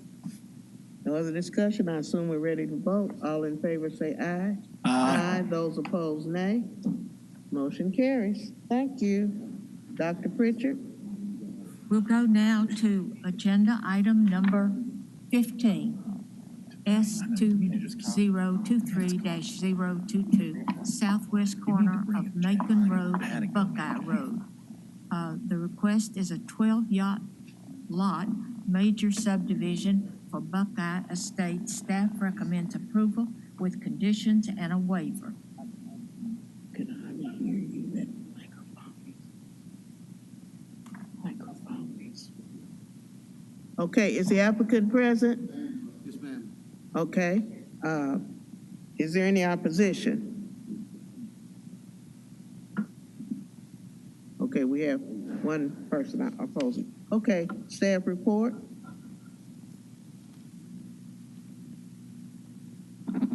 Thank you, Madam Chair. Kendra Cobbs, Division of Planning and Development.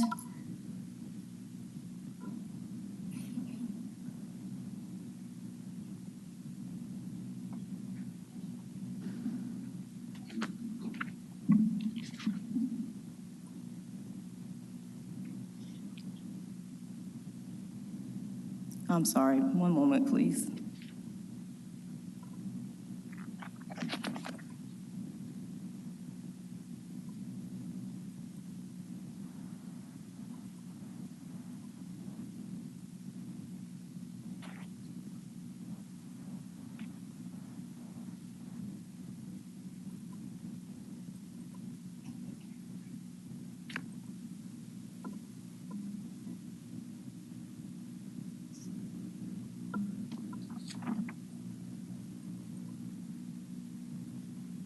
Okay, I apologize about that. Kendra Cobbs, Division of Planning and Development. So this is a subdivision request of 3.45 acres located at the southwest corner of Macon Road and Buckeye Road. And it is a request for 12 lots. And looking at the location, this is located in Cordova, the Cordova area. And an aerial view. So the lot, the subject property is marked in yellow, and there is a single-family home that is currently at the site that would be demolished if this request is approved.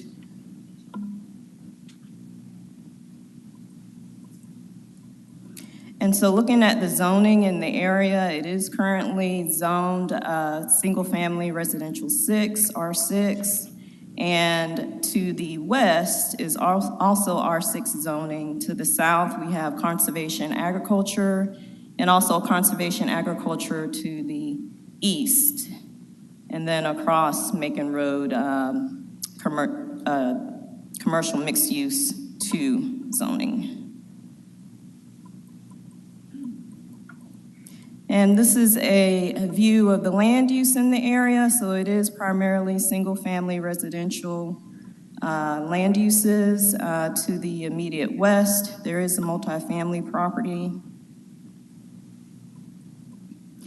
And here are some views of the subject property. And this is looking from Macon Road, and that's looking south. And this is from Buckeye Road, also looking south. And this is a view, you have a portion of the site to the left, and this is looking north from Buckeye Road. And then this is the northern portion of the property, looking west from Buckeye Road. And so this is a request for 12 lots.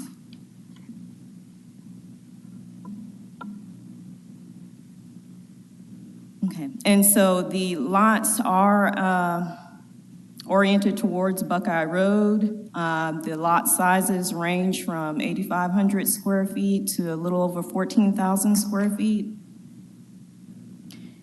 And as far with this being a subdivision request, so the lot area and the size, the width of the front of the lots, it all meets the requirements for the R6 single-family residential zoning district. So just to conclude, this is a request for 12 lots to subdivide for single-family residential development. There is also a dedication of a little over 9 feet of road frontage along Macon Road that runs the length of Lot 1. And so also, the request, in addition to the subdivision, there's a waiver request for waiving curb and gutter along Buckeye Road, being that Buckeye Road currently doesn't have curb and gutter. So staff recommends approval with the following conditions. And these are conditions primarily engineering requirements, also traffic engineering, and then also with this being a preliminary plan that has been submitted, final plat approval would have to follow. And then the request for the waiver from sections 3.61A and 5.22B, that curb and gutter is waived along Buckeye Road. And I am happy to answer any questions. Okay, thank you. Ms. Cobb, any questions? Any questions? Okay, we are ready for the applicant's presentation. Name and address, please. Tim McCaskill with the Reeves Firm, 6800 Poplar Avenue. We're in agreement with the conditions and the recommendation of the staff. We had a neighborhood meeting and one neighbor came, and her only question was how big are the houses going to be, and we answered her questions, and that was it. So I haven't heard from anybody since we applied, but I'll reserve my time for rebuttal. Okay, thank you. We have one opposition. Can you come up and speak to us? Give us your name and address.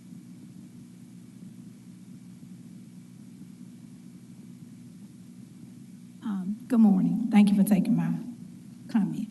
The neighborhood meeting to comment, I didn't hear about it. The neighbor who probably came was the one who lived across the street that saw the work. However, I just moved into the neighborhood. I'm opposed to the size of the lots. Ma'am, just a minute. Minute. Can you give us your name and Oh, address? my name is Kimberly Turner Address. McNeil, and I live at 1134 Buckeye Road. So I live on that Buckeye Street. Okay, where they're not trying to do the sewer. It's terrible. The street has, as you can see, no division. We all have to pull over in my driveway, others' driveways, just to let an additional car pass. I just purchased my home a year ago during COVID, and we signed a covenant for the neighborhood to only build a maximum of 4 homes on my 5-acre lot. So I disapprove of the 12 homes going on there because there's already but Macon Road in itself, when Germantown Parkway is crowded, there's not a lot of traffic ways to get back through there. There's 3 schools in that area that pour into the traffic, as well as that construction company that you just saw on the pictures that pour into the traffic. Tractor trailers, lumber yards, so there's really a traffic congestion already. And Buckeye has terrible drainage in itself. I'm not opposed to 4 homes maybe, but that 12, absolutely not.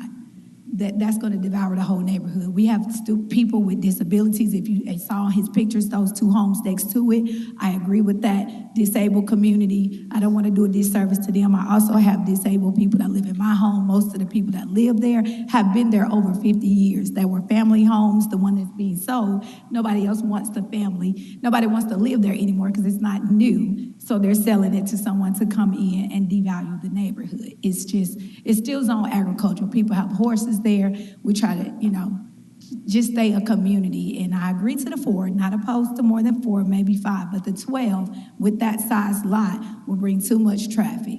And it'll it's just congested altogether. Okay, thank you. Any questions for Ms. McNeil at this time? Okay, Mr. McCaskill, we're ready for your rebuttal. Yes, Macon is a busy street. That's why we're widening our side of it to accommodate the traffic, as the other neighborhoods along Macon have done when they came along. This is zoned R6, 6,000 square foot lots. Our lots vary in size from 8,000 to 14,000.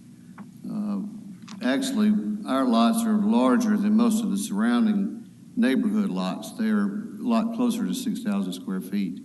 So we're not really crowding them in we're going to have the larger of the lots in the neighborhoods. To the north, there's a neighborhood. To the west, there's a neighborhood.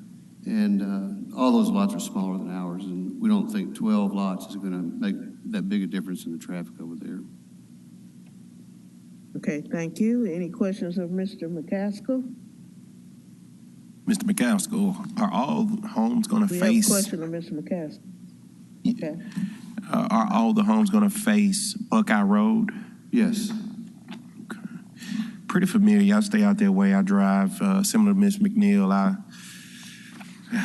Macon's is a tough one. Anytime after 3 o'clock, all the way up to a 6 or so, give or take.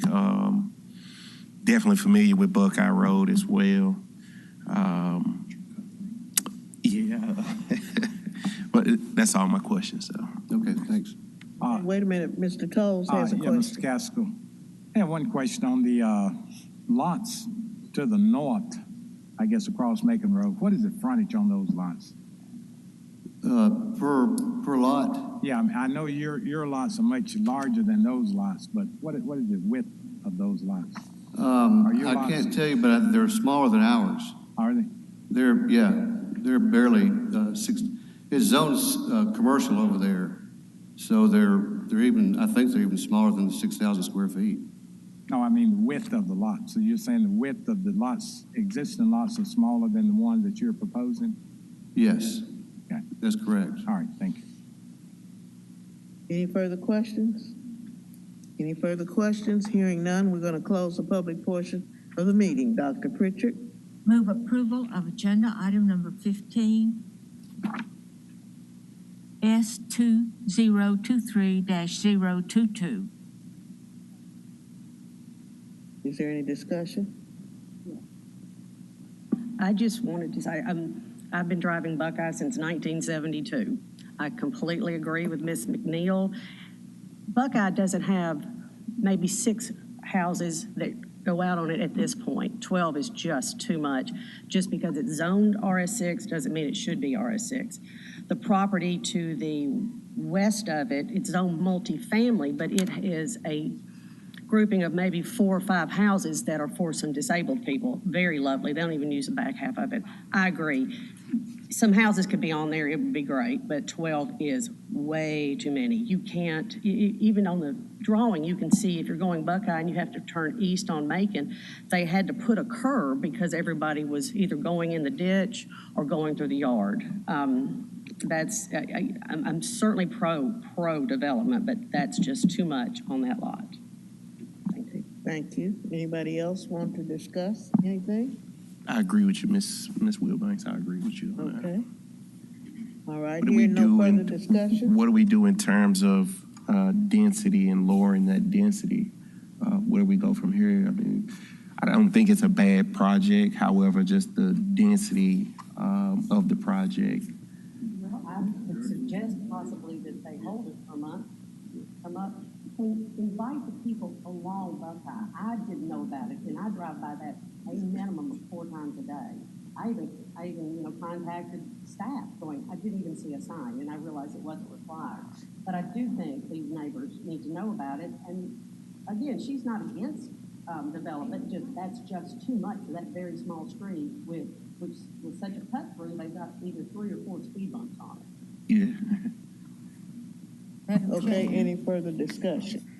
I move that we hold this item for a month in order for a redesign. Okay.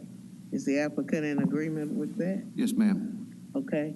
Well, we are going to vote on the hold for a month. Any further discussion? No further discussion. All in favor say aye. Aye. Those opposed, nay. Motion carries. Thank you. That takes us, I believe, Madam Chair, to agenda item number 16, which is special exception 2301 in Midtown. A special exception to allow 4 stories where not permitted by section 8.49 Midtown District Overlay Height Standards at 3440, 42, and 48 South McLean Boulevard. Staff recommendation is approval with conditions. Okay, let the record show that Mr. Brown Gill has recused himself from this particular case. Okay, the applicant is here, and is there any opposition? Yes, ma'am. Yes, there is. Okay, we're ready to hear the staff report. Good morning. I'm Robert Harris with the Division of Planning and Development. I'm about to present Special Exception Case 2023-01. The applicant is McLean Partners, LLC. Representative Cindy Reeves, and the location is 34, 40, 42, and 48 South McLean Boulevard.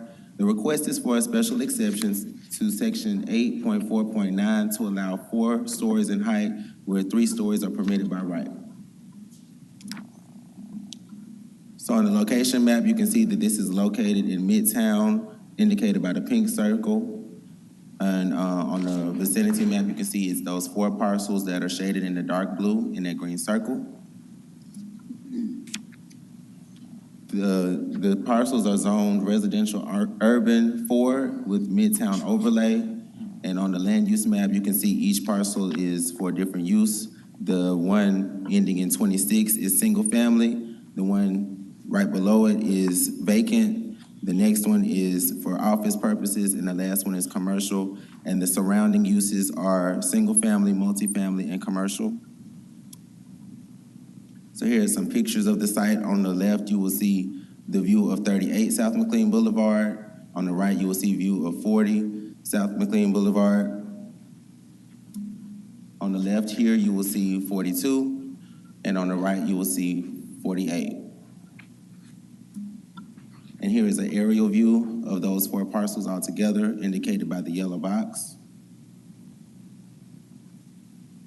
And this is the concept plan for the apartment building that is going to be proposed later. And so for a quick site description, this is for, the special exception is to allow an extra floor in height. I indicated surrounding buildings that have 4 or more stories. On the same block, you see there is an apartment building of 8 stories. Across the street, there's one that has 5 stories. A block over, there's 10. And then across Union, you will see one with 4 and 7 stories each. And so for my conclusions, the applicant has requested a special exception to Section 8.4.9 of the Unified Development Code to allow 4 stories in height. The subject property is permitted 3 stories by right. The Land Use Control Board is authorized to grant exceptions to Midtown Overlay District height requirements per subsection 8.4.6C of the UDC. And considering the context, including adjacent land use and height of adjacent structures, staff believes the proposed increase to 4 stories is appropriate and that this request meets the special exception approval criteria that you can see in the staff report. And this will conclude my recommendations are for approval with conditions. The first condition is that the project shall meet the requirements of subsection 8.4.8. E, shopfront frontage. EIFS shall comprise no more than 10% of any building's exterior finish. Elevations with exterior finishes shall be submitted for review and approval by the Division of Planning and Development. And lastly, a landscape plan shall be submitted for administrative review and approval by the DPD. And this concludes my staff report. Thank you, Mr. Harris. Do we have any questions of Mr. Harris at this time? Okay, hearing none, Ms. Reeves. Cindy Reeves, SR Consulting, 5909 Shelby Oaks Drive, Suite 200. I'm going to make this very brief. The city of Memphis does not own this property. McLean Properties does own the property. They have been renting the house that is in question that you got most of your letters of opposition are for.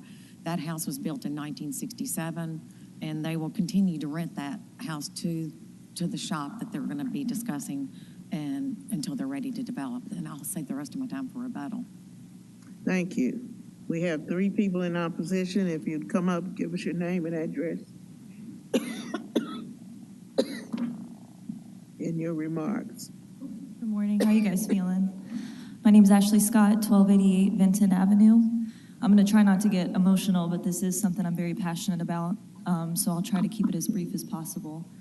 I'm a Memphis native. I moved away to Arizona for most of my adult life, and I was called back to Memphis. Something that I missed about Memphis was the culture. but more importantly, the community that Memphis possesses and the history that is so deeply rooted here. Now, tearing down the buildings there's a couple reasons why this just doesn't feel good in my body. More importantly, it's a beautiful thing to see Memphis developing, and I'm all for the development of Memphis and for the advancement of Memphis. But when we start to break down the historical structures, the nostalgia of Memphis, these buildings that hold so much potency and culture, to build something like a nursing home, that just doesn't sit well with me. You know, these buildings are kind of a beacon point for the community. And when we start to tear down these structures, we start to forget where we came from. And I think that, you know, there's a place for these certain things to be built, but when we start again to tear down the culture, the nostalgia of Memphis, we start to forget who came before us. We start to forget the people of the land and why Memphis is so steeped in such a beautiful culture. I don't have the luxury of having my grandparents here on this physical plane anymore, but when I think about a nursing home, and if that was something that I would place them in, I would think that they would want to be somewhere with a little more nature around them, a little more land. There are a lot of sirens that go by on that street, and I would think in their later years in life, they would want to be somewhere where they would have a little more peace of mind, a little more calm. So to think about this place where our elders are going to be on this bustling street that is so busy, that also doesn't sit well with me. So like I said, I'm going to keep this brief, but I just want to, for me, it's really just about this remembrance. It's about keeping the culture that we can of Memphis and not tearing these structures down so we can remember what a beautiful place this is and the character that it holds. That's all I'm going to say about that. Thank you. Okay, we have two more people who want to speak.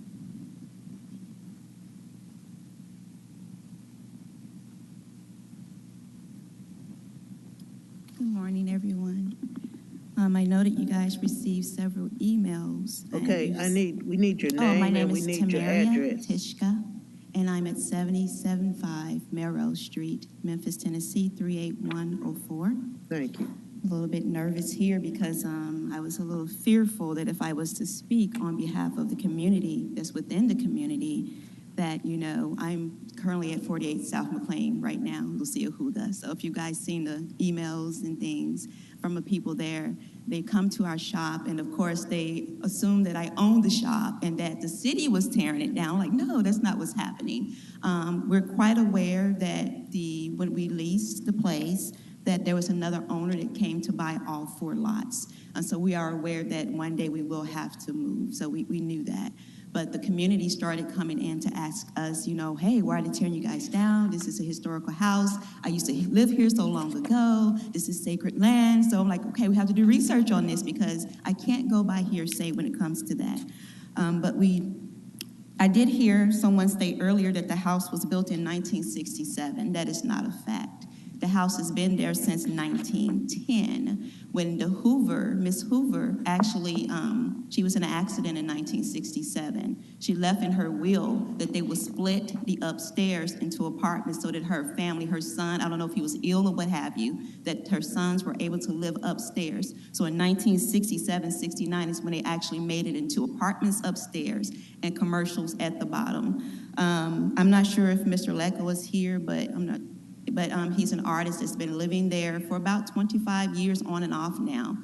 There's a lot of history there. I do appreciate that the owner has allowed us to still stay there instead of tearing everything down right away. He did give us a notice, so we know something's coming forth. The house itself, of course, after a year and a half, I'm in love with the house.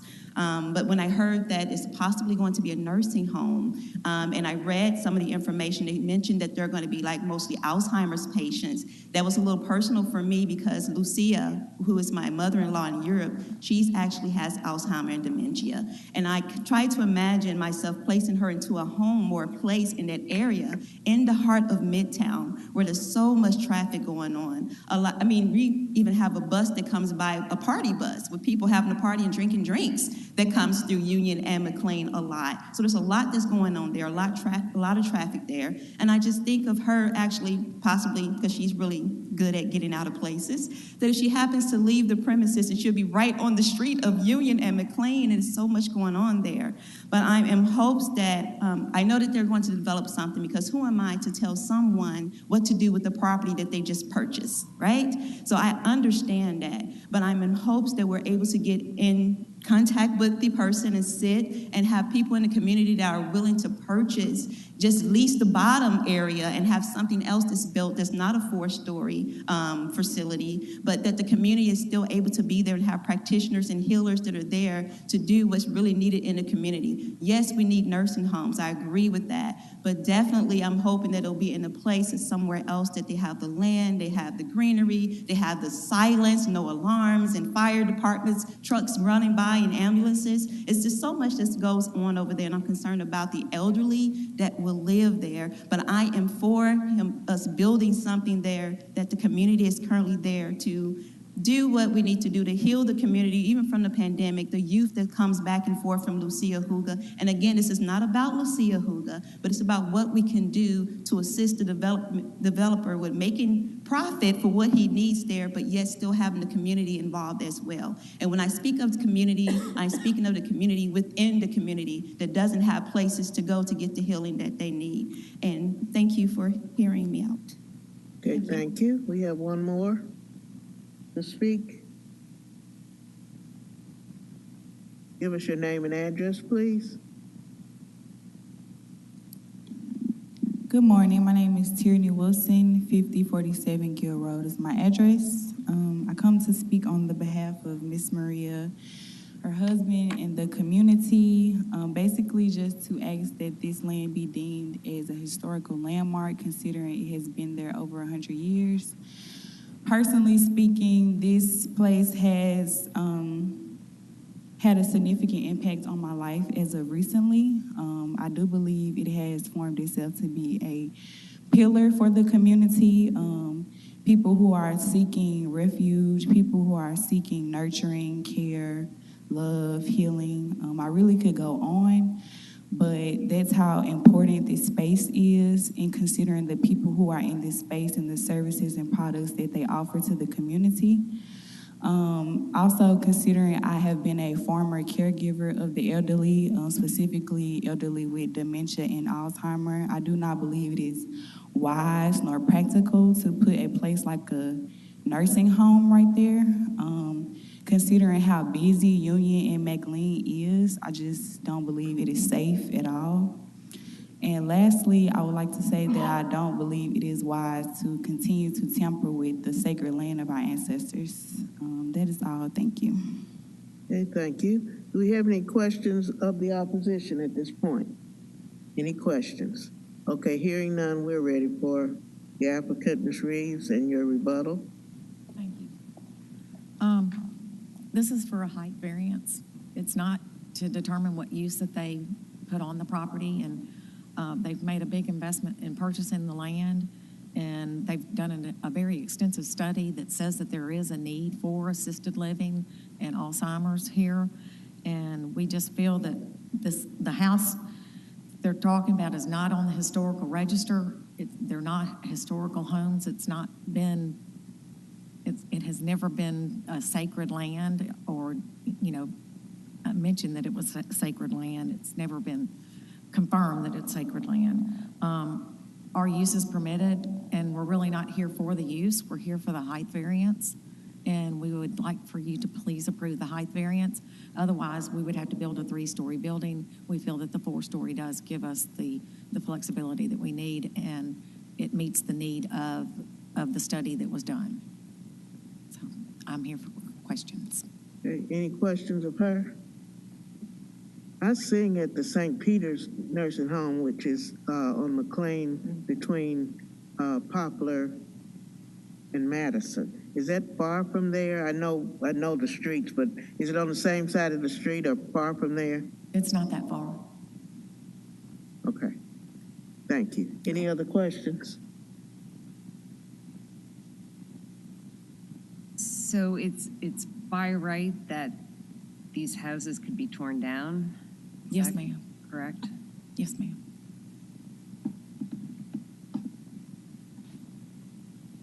Hey, any other questions? Hearing none, I'm going to close the public portion of this meeting.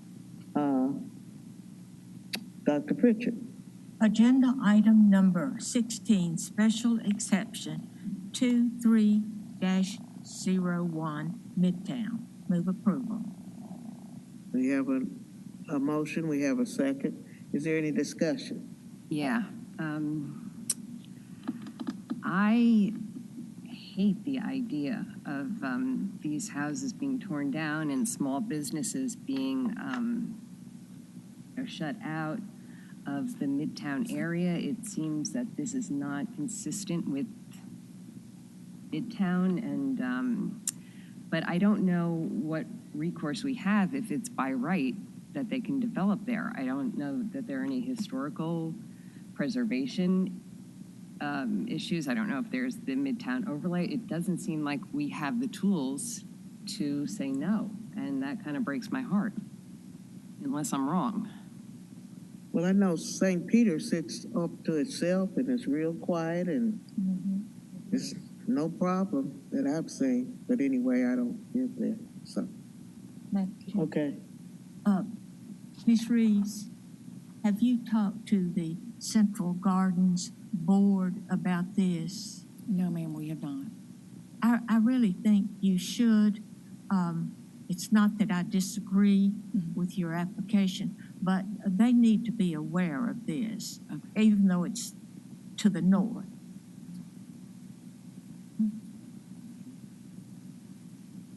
So I'm going to move that we hold this until you talk to them.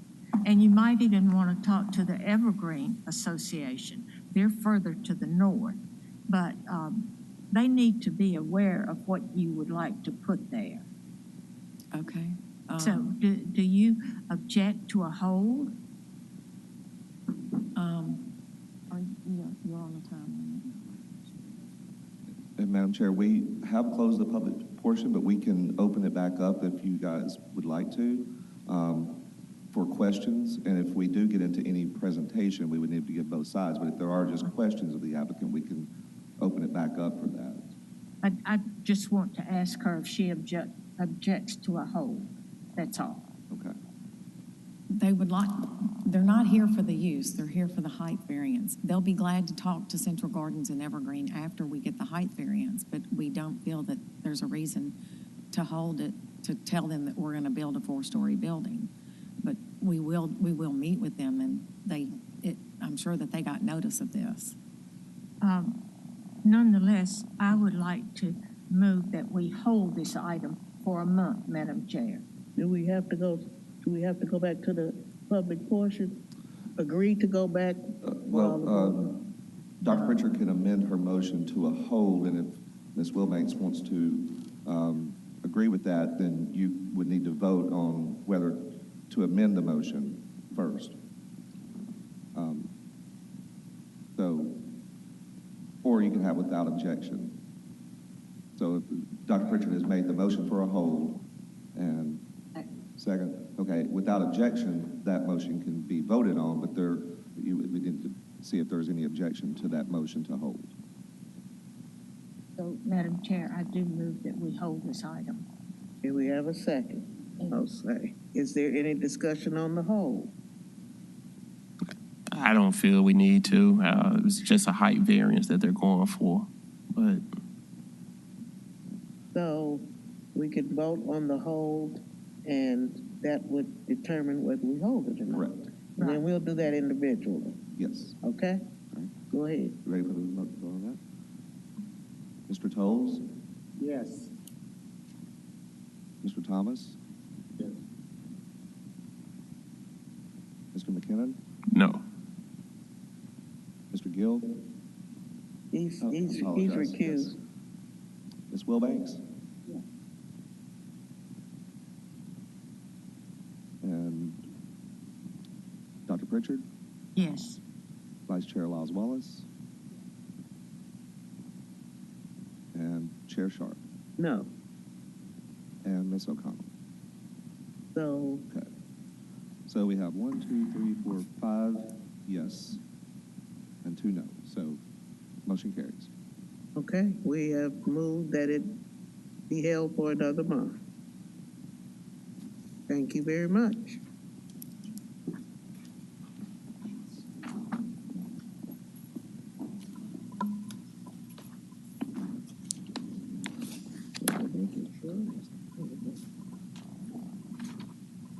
Okay, Dr. Pritchard? Yes. Agenda item number 17, SUP 23-10, Oak Haven, a solar farm on the west side of Getwell Road, beginning about 209 feet south of Shelby Drive. Staff recommendation is approval with conditions. Okay, the applicant is here. Are there any, there is opposition, so we will hear the case. No, there's not opposition, I'm sorry. So do we want to hear the case? Do we need to hear the case? This is Brett Davis, DPD. The applicant's contesting one of the conditions. There is one community member here that would like to speak in support as well. Right, yeah, I see his support now. So we don't need to hear the staff. I'll give a brief presentation, yeah, Okay. if that's all right with the board, to discuss the nature of the condition that's being disputed. Okay. Okay, all right, this is case SUP 23-10 at Getwell and Shelby. The owner and applicant, New Fish LLC, represented by Mr. Whitehead. This is in the commercial mixed-use 3 zoning district. The area is 3.5 acres, and the request is for a special use permit to allow a solar farm. Solar farms are allowed by right in the agricultural zoning district and require special use approval most everywhere else. Again, the intersection of those 2 arterials I just mentioned in the Oak Haven neighborhood. Here is the subdivision plat. So lot 1 is for a Captain D's restaurant, which has been built, and lot 2 now is for the proposed solar farm. The owner and applicant, the owner and developer of the Captain D's is the same as the applicant today for the solar farm, and that solar farm would be used to power the Captain D's drive-through restaurant with any leftover energy being sold back to MLGW. Here is a zoning map. So we are in the CMU3 district. There's industrial, light industrial to the east, more CMU3 to the north, with a private drive that's on the subject site being used for access to those 3 sites. To the west is RU3. There's a church to the west and a residential zoning district. And to the south is conservation agriculture with single-family residential uses to the south. Here's a site photograph of those commercial uses, the shared drive, the Captain D's, and then the subject land.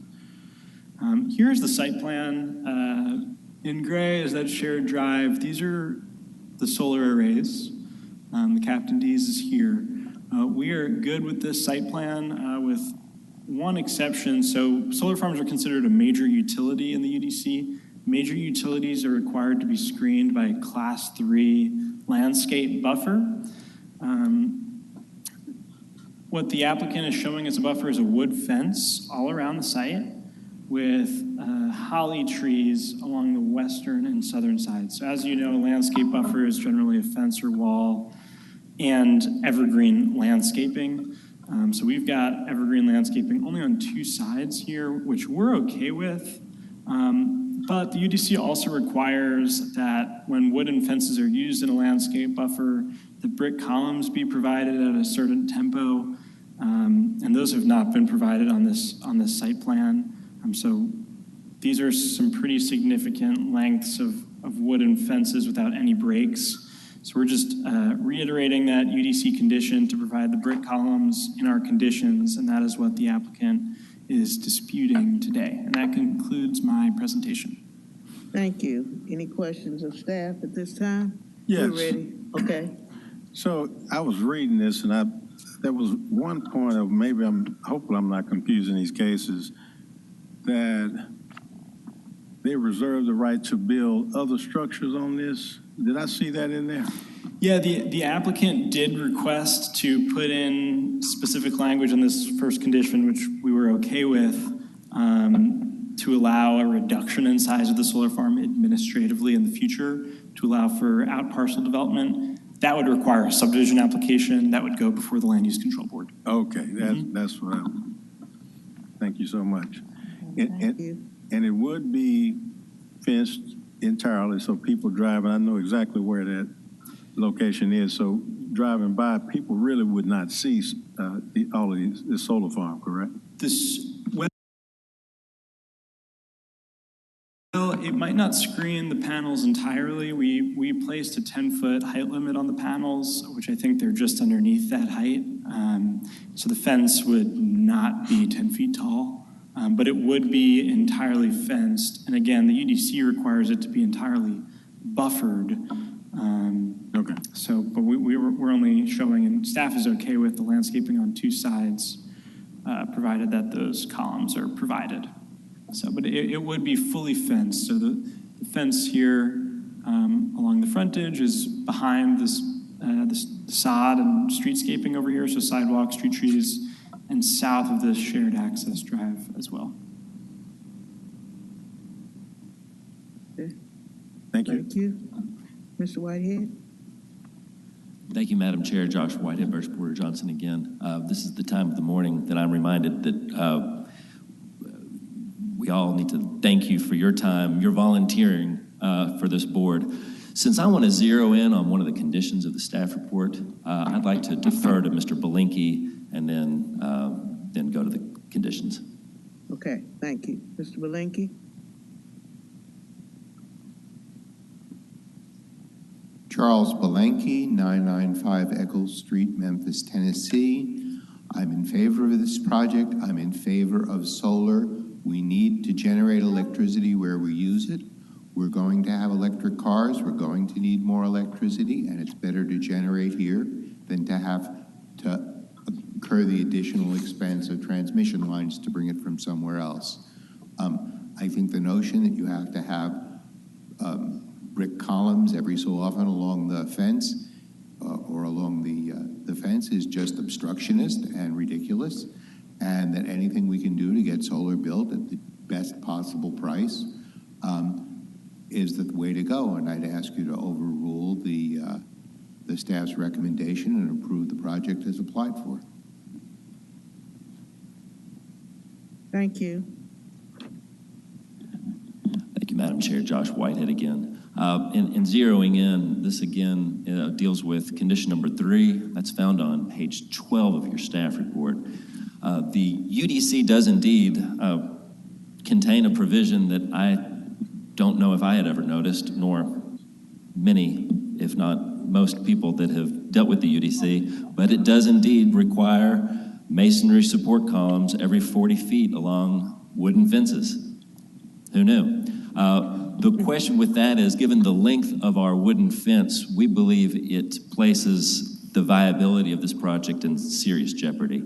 We believe that the cost of materials and the labor to build a perimeter fence with masonry columns would be upwards of $100,000.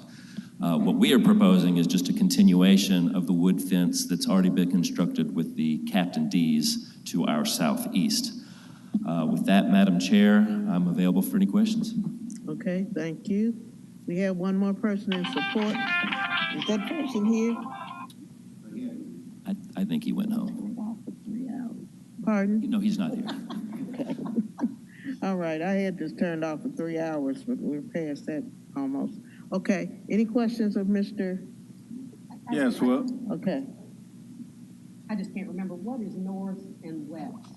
West is a church, and north is a Popeyes, one more fast food restaurant. I think it's a... There's a Lenny's, there's a KFC. KFC, thank you. But I'm for the appearances mean everything. I mean, there are people who live near there. The brick columns, it's required, and it makes it look better. For a fence that long, not to have the brick columns every so often, I think is very important. appearance sake as well, and stability. But I would hope we would still require that.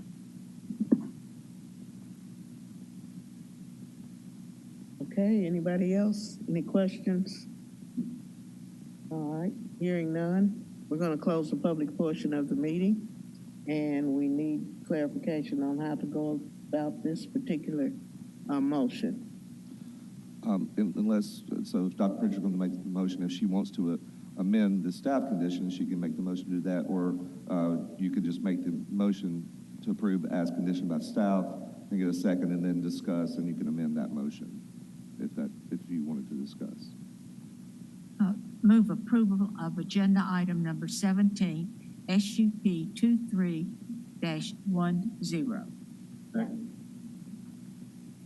Okay, is there any discussion? I don't mind removing or going with Mr. Whitehead's suggestion only because of the foliage along the western and eastern, southern and western lines. I mean, it is a solar farm. So I see your point, Daryl. I think you make a good one, but I could agree to the change of every 40 feet shall not be required. So either way is fine. I agree. Interesting use. If that, removal of those masonry columns helps facilitate this project, I think I would go along with that. Do we hear a motion to amend to include the condition of approval for agenda item number 17? Is that what you're proposing? That's what I'm proposing. Okay. Is there a second to that? Can that be modified then? The compromise be to have it on the north and the east side? 'Cause I agree the trees on the other side. So how about the along the north and east side of the property? Good point, Daryl. I think you'd open it back up for the applicant to agree or disagree to the sides. Okay. Okay, so where are we? So without objection, you can hear from the applicant. So I think that's. The language of the UDC, thank you, Madam Chair, actually requires masonry columns in the quote-unquote required buffer. So the only areas in which the UDC requires those columns are ironically in the areas that are least seen by passersby, and that's on the western and southern boundaries. Yeah. We are on the eastern boundary proposing pretty robust landscaping in front of the fence. And the fence along the north side is buttressed along a access drive that provides access to both this lot, but mostly rear access for the commercial properties along Shelby. My question, though, can you all be a good citizen? And I understand exactly what you're saying. It's more needed on the opposite sides. Can you accommodate that? Because the recommendation in the way it's presented is to do it all the way around. And we're just saying, can you put it there, across the east side and the north side? We would prefer to not be what I believe to be one of the first cases where this section of the UDC applies. Okay, so right now we're in the middle of the motion as made by Ms. McConnell and seconded by Ms. Wilbanks. Yes, And Madam Chair, we will vote we that still have up the or motion down? from Dr. Pritchard, and Mr. Gill has, if it's a friendly amendment, then to remove that requirement, then if it's without objection, then it could be a friendly amendment to the motion. So the motion, or the proposal made by Mr. Gill was to go with the applicant's request to remove that requirement for the masonry columns. So if there is no objection to that, then that can be a friendly amendment. So I guess, is there any objection to that request? And Mr. Thomas had I'm questions. confused now because I thought Ms. McConnell voted for this. Brown do it? Okay. Yes, he's saying we'll move. Okay, right, okay. So, we would have to vote this up or down first, or we would not have to have any objection? No Yeah, objection? if there to is that. no objection to that, then it can be a friendly amendment, and then you can just vote on it. So is there any objection to Mr. Brown's, Gill's, motion? Hearing none, we're gonna vote on it up or down as a friendly amendment. Is that correct? Yes, ma'am. Okay. Any further discussion? I assume we're ready to vote. Are we gonna do it individually, or are we gonna do it all together? We can do it all as a single vote if you want, and then if we need to, we can do individual. Okay. All in favor say aye. Aye. Those opposed, nay. Motion carries as friendly amended. Thank you. Madam Chair, that brings us to agenda item 19, S23-06, East Memphis. Appeal of administrative approval of a two-lot minor residential subdivision at 346 Avon Road. Staff recommendation is to be determined by the Land Use Control Board. Okay. Hello, everyone. Thank you. Teresa Shelton with the Division of Planning and Development. Uh-oh. Come on.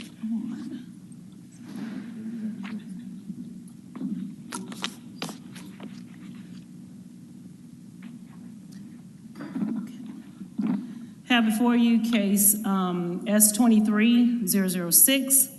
The applicant is Aaron Connolly for 346 Avon Road. It's an appeal of an administrative approval of a two-lot minor residential subdivision. Just to kind of give you a little history, this was approved during our TRC meeting. I'm gonna go to that date. During TRC on February 23rd, 2023. So I'm just gonna go back. So here's a zoning map kind of showing you where the two-lot subdivision will be. Here's a land use map on this. Here's a view of the subject property from Avon Road. This is dated back June 2019. This is an updated view of the subject property from February 2023. To my understanding from the applicant, this structure here will be demolished and it will be replaced with two new structures. Here's a preliminary plat showing what the subdivision will look like for the two new homes.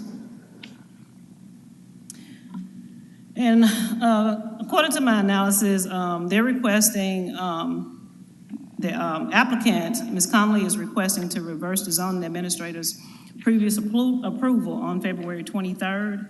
The applicant submitted their written request on April 6th to the Division of Planning and Development in objection to the decision, along with additional documentations that consisted of a petition that was part of a previous case back in 2021, which I did not include because it was not an updated petition. The previous applicant and their representative submitted a written request to withdraw back on October 2021. Since that time, it has been acquired by another owner who is requesting to subdivide into two lots for the purpose of building two residential homes that will consist with the size and style of other new construction homes in the neighborhood. Staff feels that the approval criteria in subsection 9.7.6G has been met for original request to subdivide the lot. In conclusion, the request from the applicant was to do a two-lot minor subdivision at that time. However, this request is for the appeal to reverse the zoning administrator's approval back on April 3rd is when it was done, when he approved this. And if it is approved by the board to keep the zoning administrator's approval, then the TRC conditions that were submitted at that time will remain. I'm here for any questions. Thank you. Do you have any questions? Okay, hearing none. Where do we go from here? We have the, Ms. Connolly? Okay, we have some, yeah.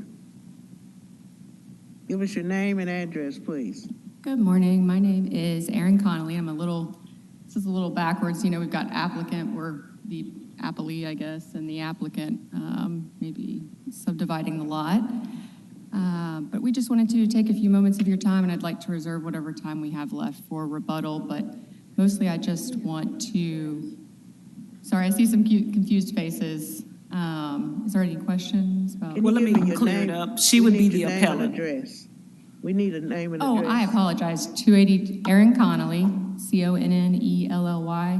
282 Pinewood Street. And you say what? She would be the appellant, the person appealing the case. Okay. So with the two-lot minor subdivision, when I looked into it, you know, that was, application was made to the Technical Review Committee and the zoning administrator, and then the appeal of that was done by a separate application to the Land Use Control Board. So we've got application and applicant used twice. Confusing. But anyway, we oppose the subdivision. Our main opposition to it is that the two lots that are proposed, if you go back to that, are only 60 feet, about a little over 60 feet in width. Every other lot up and down Avon is 80 feet in width at a minimum, and that 20 feet to us is a substantial variance. It's almost 25% of all of the other lots on Avon Road. And that makes a difference when you look at the buildings and the houses that end up being on those lots. They can't fit in with the rest of the neighborhood. It changes the character and the landscape of our neighborhood. And so we oppose that. And I'd like to reserve some time for, it wasn't just me, but some of my other neighbors to speak as well.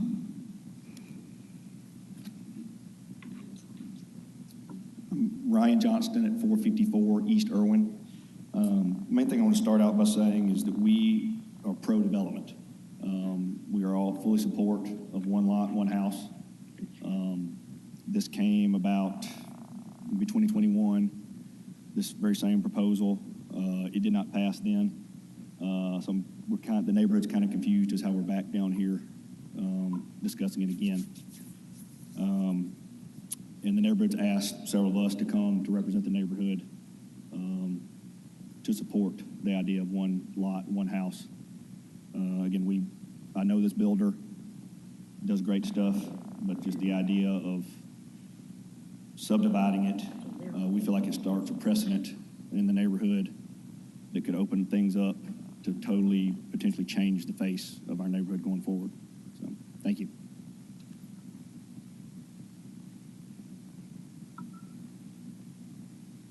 Name and address, please. Josh Bainey, 355 Avon Road. So thank you all for hearing the voices of the individuals in the neighborhood. Mr. Ragsdale, I know you've received a lot of emails in opposition, but I live directly across the street. Wes Morrison is my neighbor. He lives directly across the street from this lot. Stephanie Odell is directly next door. She was here earlier. She had to leave because she had to teach a class. I've talked to a lot of people in our neighborhood, and it is overwhelmingly everybody opposes this plan right here. So we had we went down this path before with Frank Gusmus, and Frank actually met with us. We had a group of us go to the lot, talked to him. We told him kind of what our concerns were, and shortly after that, this kind of went away. I think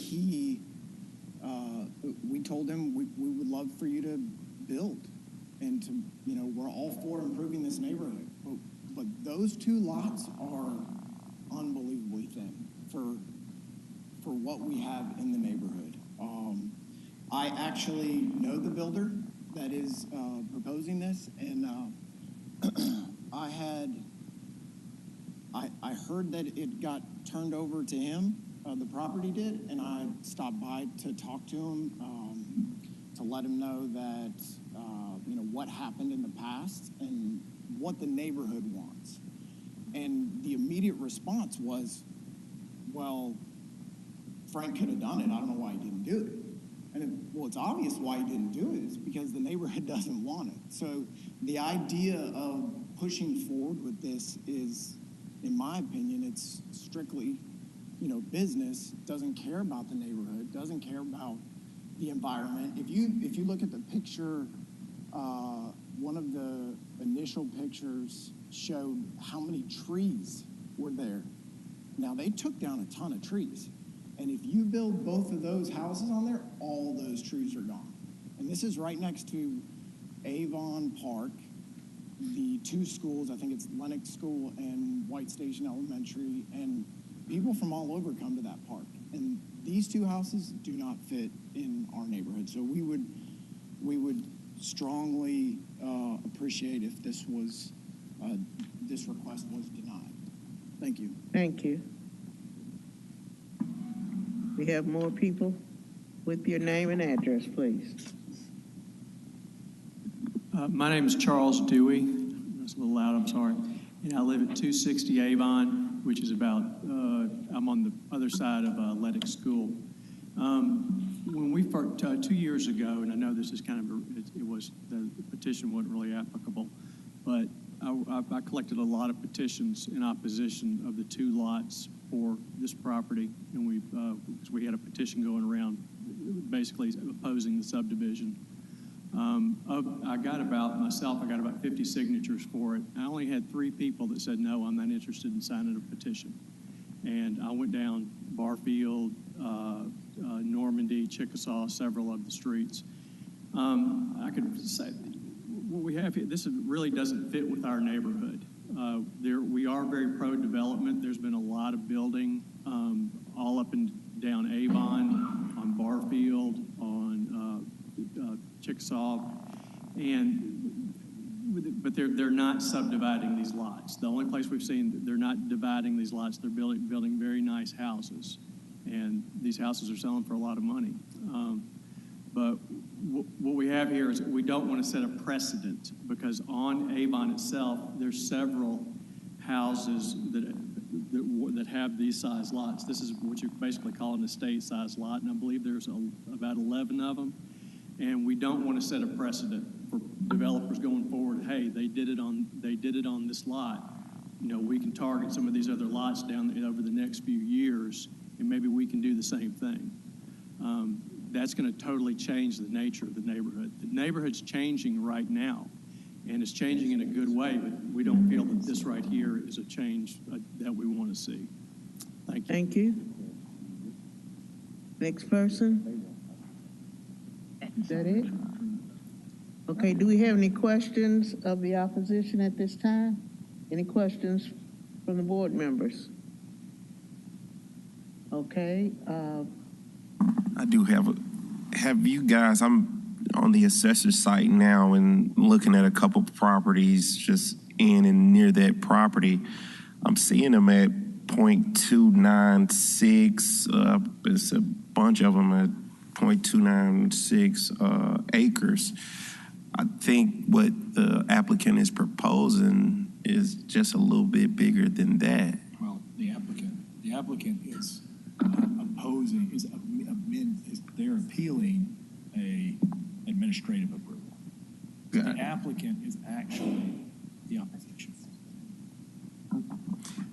That's the double applicant thing that I think is kind of confusing. I'm sorry, you can blame me for that. I should have said appellant, is what I should have said. Kind of clarify that. So in this case, the administrative decision that the applicant proposed, it was approved. And so this is an appeal. And so the appellant is the one that you're voting for or against at this point. So the applicant is here and can speak on the case as well. So this is the appellant that is requesting a reversal of the administrative decision. We would like one lot. They want to. And so I think.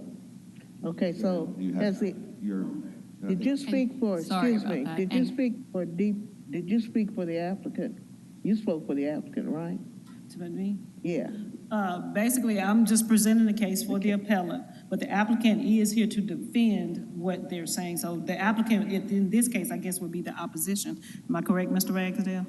Correct, yes, it's the appellant. So- And they're appealing a decision that, my decision, so it's appealing my decision. So I'm able to answer any questions about that as well if you wanted, but I think Mr. McKinnon's question may have been going to the appellant about what the opposition may be to the, because some of the is that correct? That is correct, but it's null and void because she's not even going forward, so it's okay. I'm not, what now? Well, never mind. Just forget what I said. Well, I just briefly, I understand, I think maybe you were looking at the size of the overall lots. And our concern isn't necessarily the size or the square footage of the lots, but the width of them, which I think is specifically set forth in the Unified Development Code. The width is it's a substantial amount narrower than all of the other lots, especially like immediately in that area, but also up and down Avon and throughout the neighborhood. And so when you put a house on a lot that is a lot narrower than every other lot around it, you're either going to be, building out to the lines of the lot, which is not consistent with the rest of the neighborhood, or I just think that's the only way they're going to be able to put a house here to make money is to build, to the very edges of the lot lines, and they're going to be long, skinny houses, and that's not what any of the houses in that area look like. I get y'all's point. Sorry? In this case, we are talking strictly to you, Mr. Ragsdale, as you're defending your decision. We don't need to talk to the applicant at all. Well, yeah, the applicant is here they can rebut the appellant, so they can make their case as well. So, yes, Ms. Shelton is representing us, representing the case. So do we need to give the applicant a time to speak? Yes, so after the appellant's time and any questions, then the applicant will have the same time to speak as well. Okay. Let's hear from the builder. What did you say, Mr.? Let's hear from the builder. Okay. Let's hear from the applicant.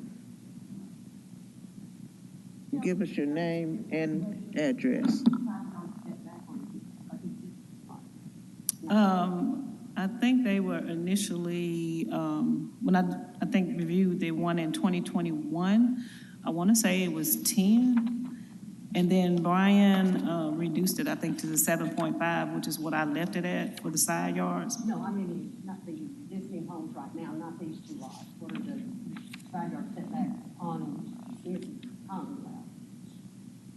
Oh, I don't know on her house. At least 10. Okay. Side setback. Yeah. Okay. Because, that's why I say on the original one back in 2021, it was 10, and Brian reduced it. Okay, thank you. Okay, we're ready. Your name and address. Mike Rohde, 5109 Peg Lane. I'm here on behalf of Southeast Investors, which is the builder, who was the original applicant. I don't have a whole lot. We went through the minor subdivision application process. It was approved through TRC on February 23rd. We submitted it then, and then April 3rd it was approved. Basically it's a 0.62 acre lot. We're subdividing that into 2.31 acre lots, which is consistent with other lot sizes in the neighborhood. There is a healthy mix of existing homes and new construction homes in the neighborhood. There's a little bit of both, and so these two houses will be consistent with those in the neighborhood. The only other thing I really have, the existing structure that is there now is vacant, and it needs a significant amount of rehab work to sell. It also has a bad foundation. We had Poe Engineer go out there, Poe Engineering Inc. go out there and look at the foundation. The foundation is bad. So right now, basically, there's just a house sitting there next to that school and next to the park. So our idea in subdividing the lots is just to get two nice new construction homes in there, as opposed to a vacant home and a vacant shed in the back next to the school and the park, where obviously you have kids at the park, kids going into the school. And so as it stands now, that'll just continue to, stay vacant and not developed as it is now. Okay, any That's it. questions? Any questions from him? Okay. Do we have anything else, Mr. Ragsdale, from you? No, Madam Chair, unless there are any questions, I would just say that the lots do meet the bulk regs of the district. They're similar to what the applicant stated. There are a mix of housing to the north on Limbar, and so that was the reason for the approval. Again, meets the bulk regs, and it's a subdivision of existing lots. So I'm happy to answer any questions. Okay, any questions? Okay, yes, sir. Yes, ma'am. I agree with the neighbors on this item because the widths of the two lots created by the minor subdivision are more than 20 feet narrower than most of the lots that are now there. And so I do not agree with the staff, the administrative approval. Okay. Any other comments before I close the public portion of the meeting? Okay. No, we have to be questions from here. You want to hear what she has to say, anybody? Just thought I thought we had rebuttal time to. Yes. Yeah, and so I think a lot of times we will flip this, and so this is one of those kind of gray areas, but they can speak for Okay. rebuttal if they would Go like. ahead, ma'am. I'm sorry. I'm sorry, I know we're at the end of this, I'll try and keep it brief. I just wanted to say that I think he's framing it as we have, as someone did earlier, we're subdividing this and we get two houses, or you get to have this vacant house in perpetuity. And I would just reject that. I think there are plenty of people that are willing to build in this neighborhood and build a single home on a single lot. So I don't think it's an either or position. I think we can have one house on one lot there. Thank you. Okay, we're going to close the public portion of the meeting. However, it's going to be very interesting how we propose this motion. Can you lead us on that, please? Yes, ma'am. And so if Dr. Pritchard is going to make the motion, you would, to vote to approve is to appeal the administrative decision. That's right. And so then we can discuss how to vote on that. So the first would be to make the motion, if you want to make that motion and get a second. I move that we support the appeal of the administrative approval of a two-lot minor residential subdivision at 346 Avon Road. Second. Okay, it has been moved in second. Is there any discussion? Is there any discussion? Yeah. Madam Chair, I think just point of clarification, our vote's always in the affirmative. And if we vote a yes vote would mean that we appeal the proposal that they had before, and that if this will remain one lot, if I'm correct. Okay, I just want to make that point of clarification. That's correct. So the motion is always in the affirmative, as you stated, and so the appellant is who you would be approving. So a yes vote would be to deny the subdivision, essentially, and a no vote would be to keep the subdivision. Yes. Okay, the no vote means we're going with you. Correct. Okay, the yes vote means we're going with them. Correct. Okay, thank you. All right, any more questions, any more comments? Okay, Show me as discussion. abstain. Yes, Show me as discussion. abstain from this, please. Pardon? Show me as abstain from this. Okay, all right, okay. Okay, I assume we're ready to vote individually. Mr. Gill? No. Ms. Wilbanks? No. Mr. Tolles? Yes. Yes. Mr. Yeah, I was Ragsdale. looking for Mr. Thomas. He's not here. I believe we need to clarify the motion. We have. We understand that if we vote yes, we're voting for the appellant's appeal. That's If we right. vote no, we're voting to keep it like it is. That's right. That's right. We understand. Okay. You want to start all over or keep where we are? We I know. think we'll keep going. So, Dr. Pritchard? Yes. Okay. And Mr. McKinnon? He abstained. Okay. All right, let me see who I've got here. Thompson here. We can Ms. hardly O'Connell? hear you. I can hardly hear you. I was thinking to myself, I'm trying to find out. Ms. O'Connell? Yes. Okay. Vice Chair Lyles Wallace? No. And Chair Sharp? No. We've got 1, 2, 3, 4 noes and 3 yays. Motion carries. The motion fails. Okay, motion fails. Thank you. And Madam Chair, that was our last case. And so thank Okay. you all for. Do we have any sticking it out with great us. announcements or anything? No announcements from here.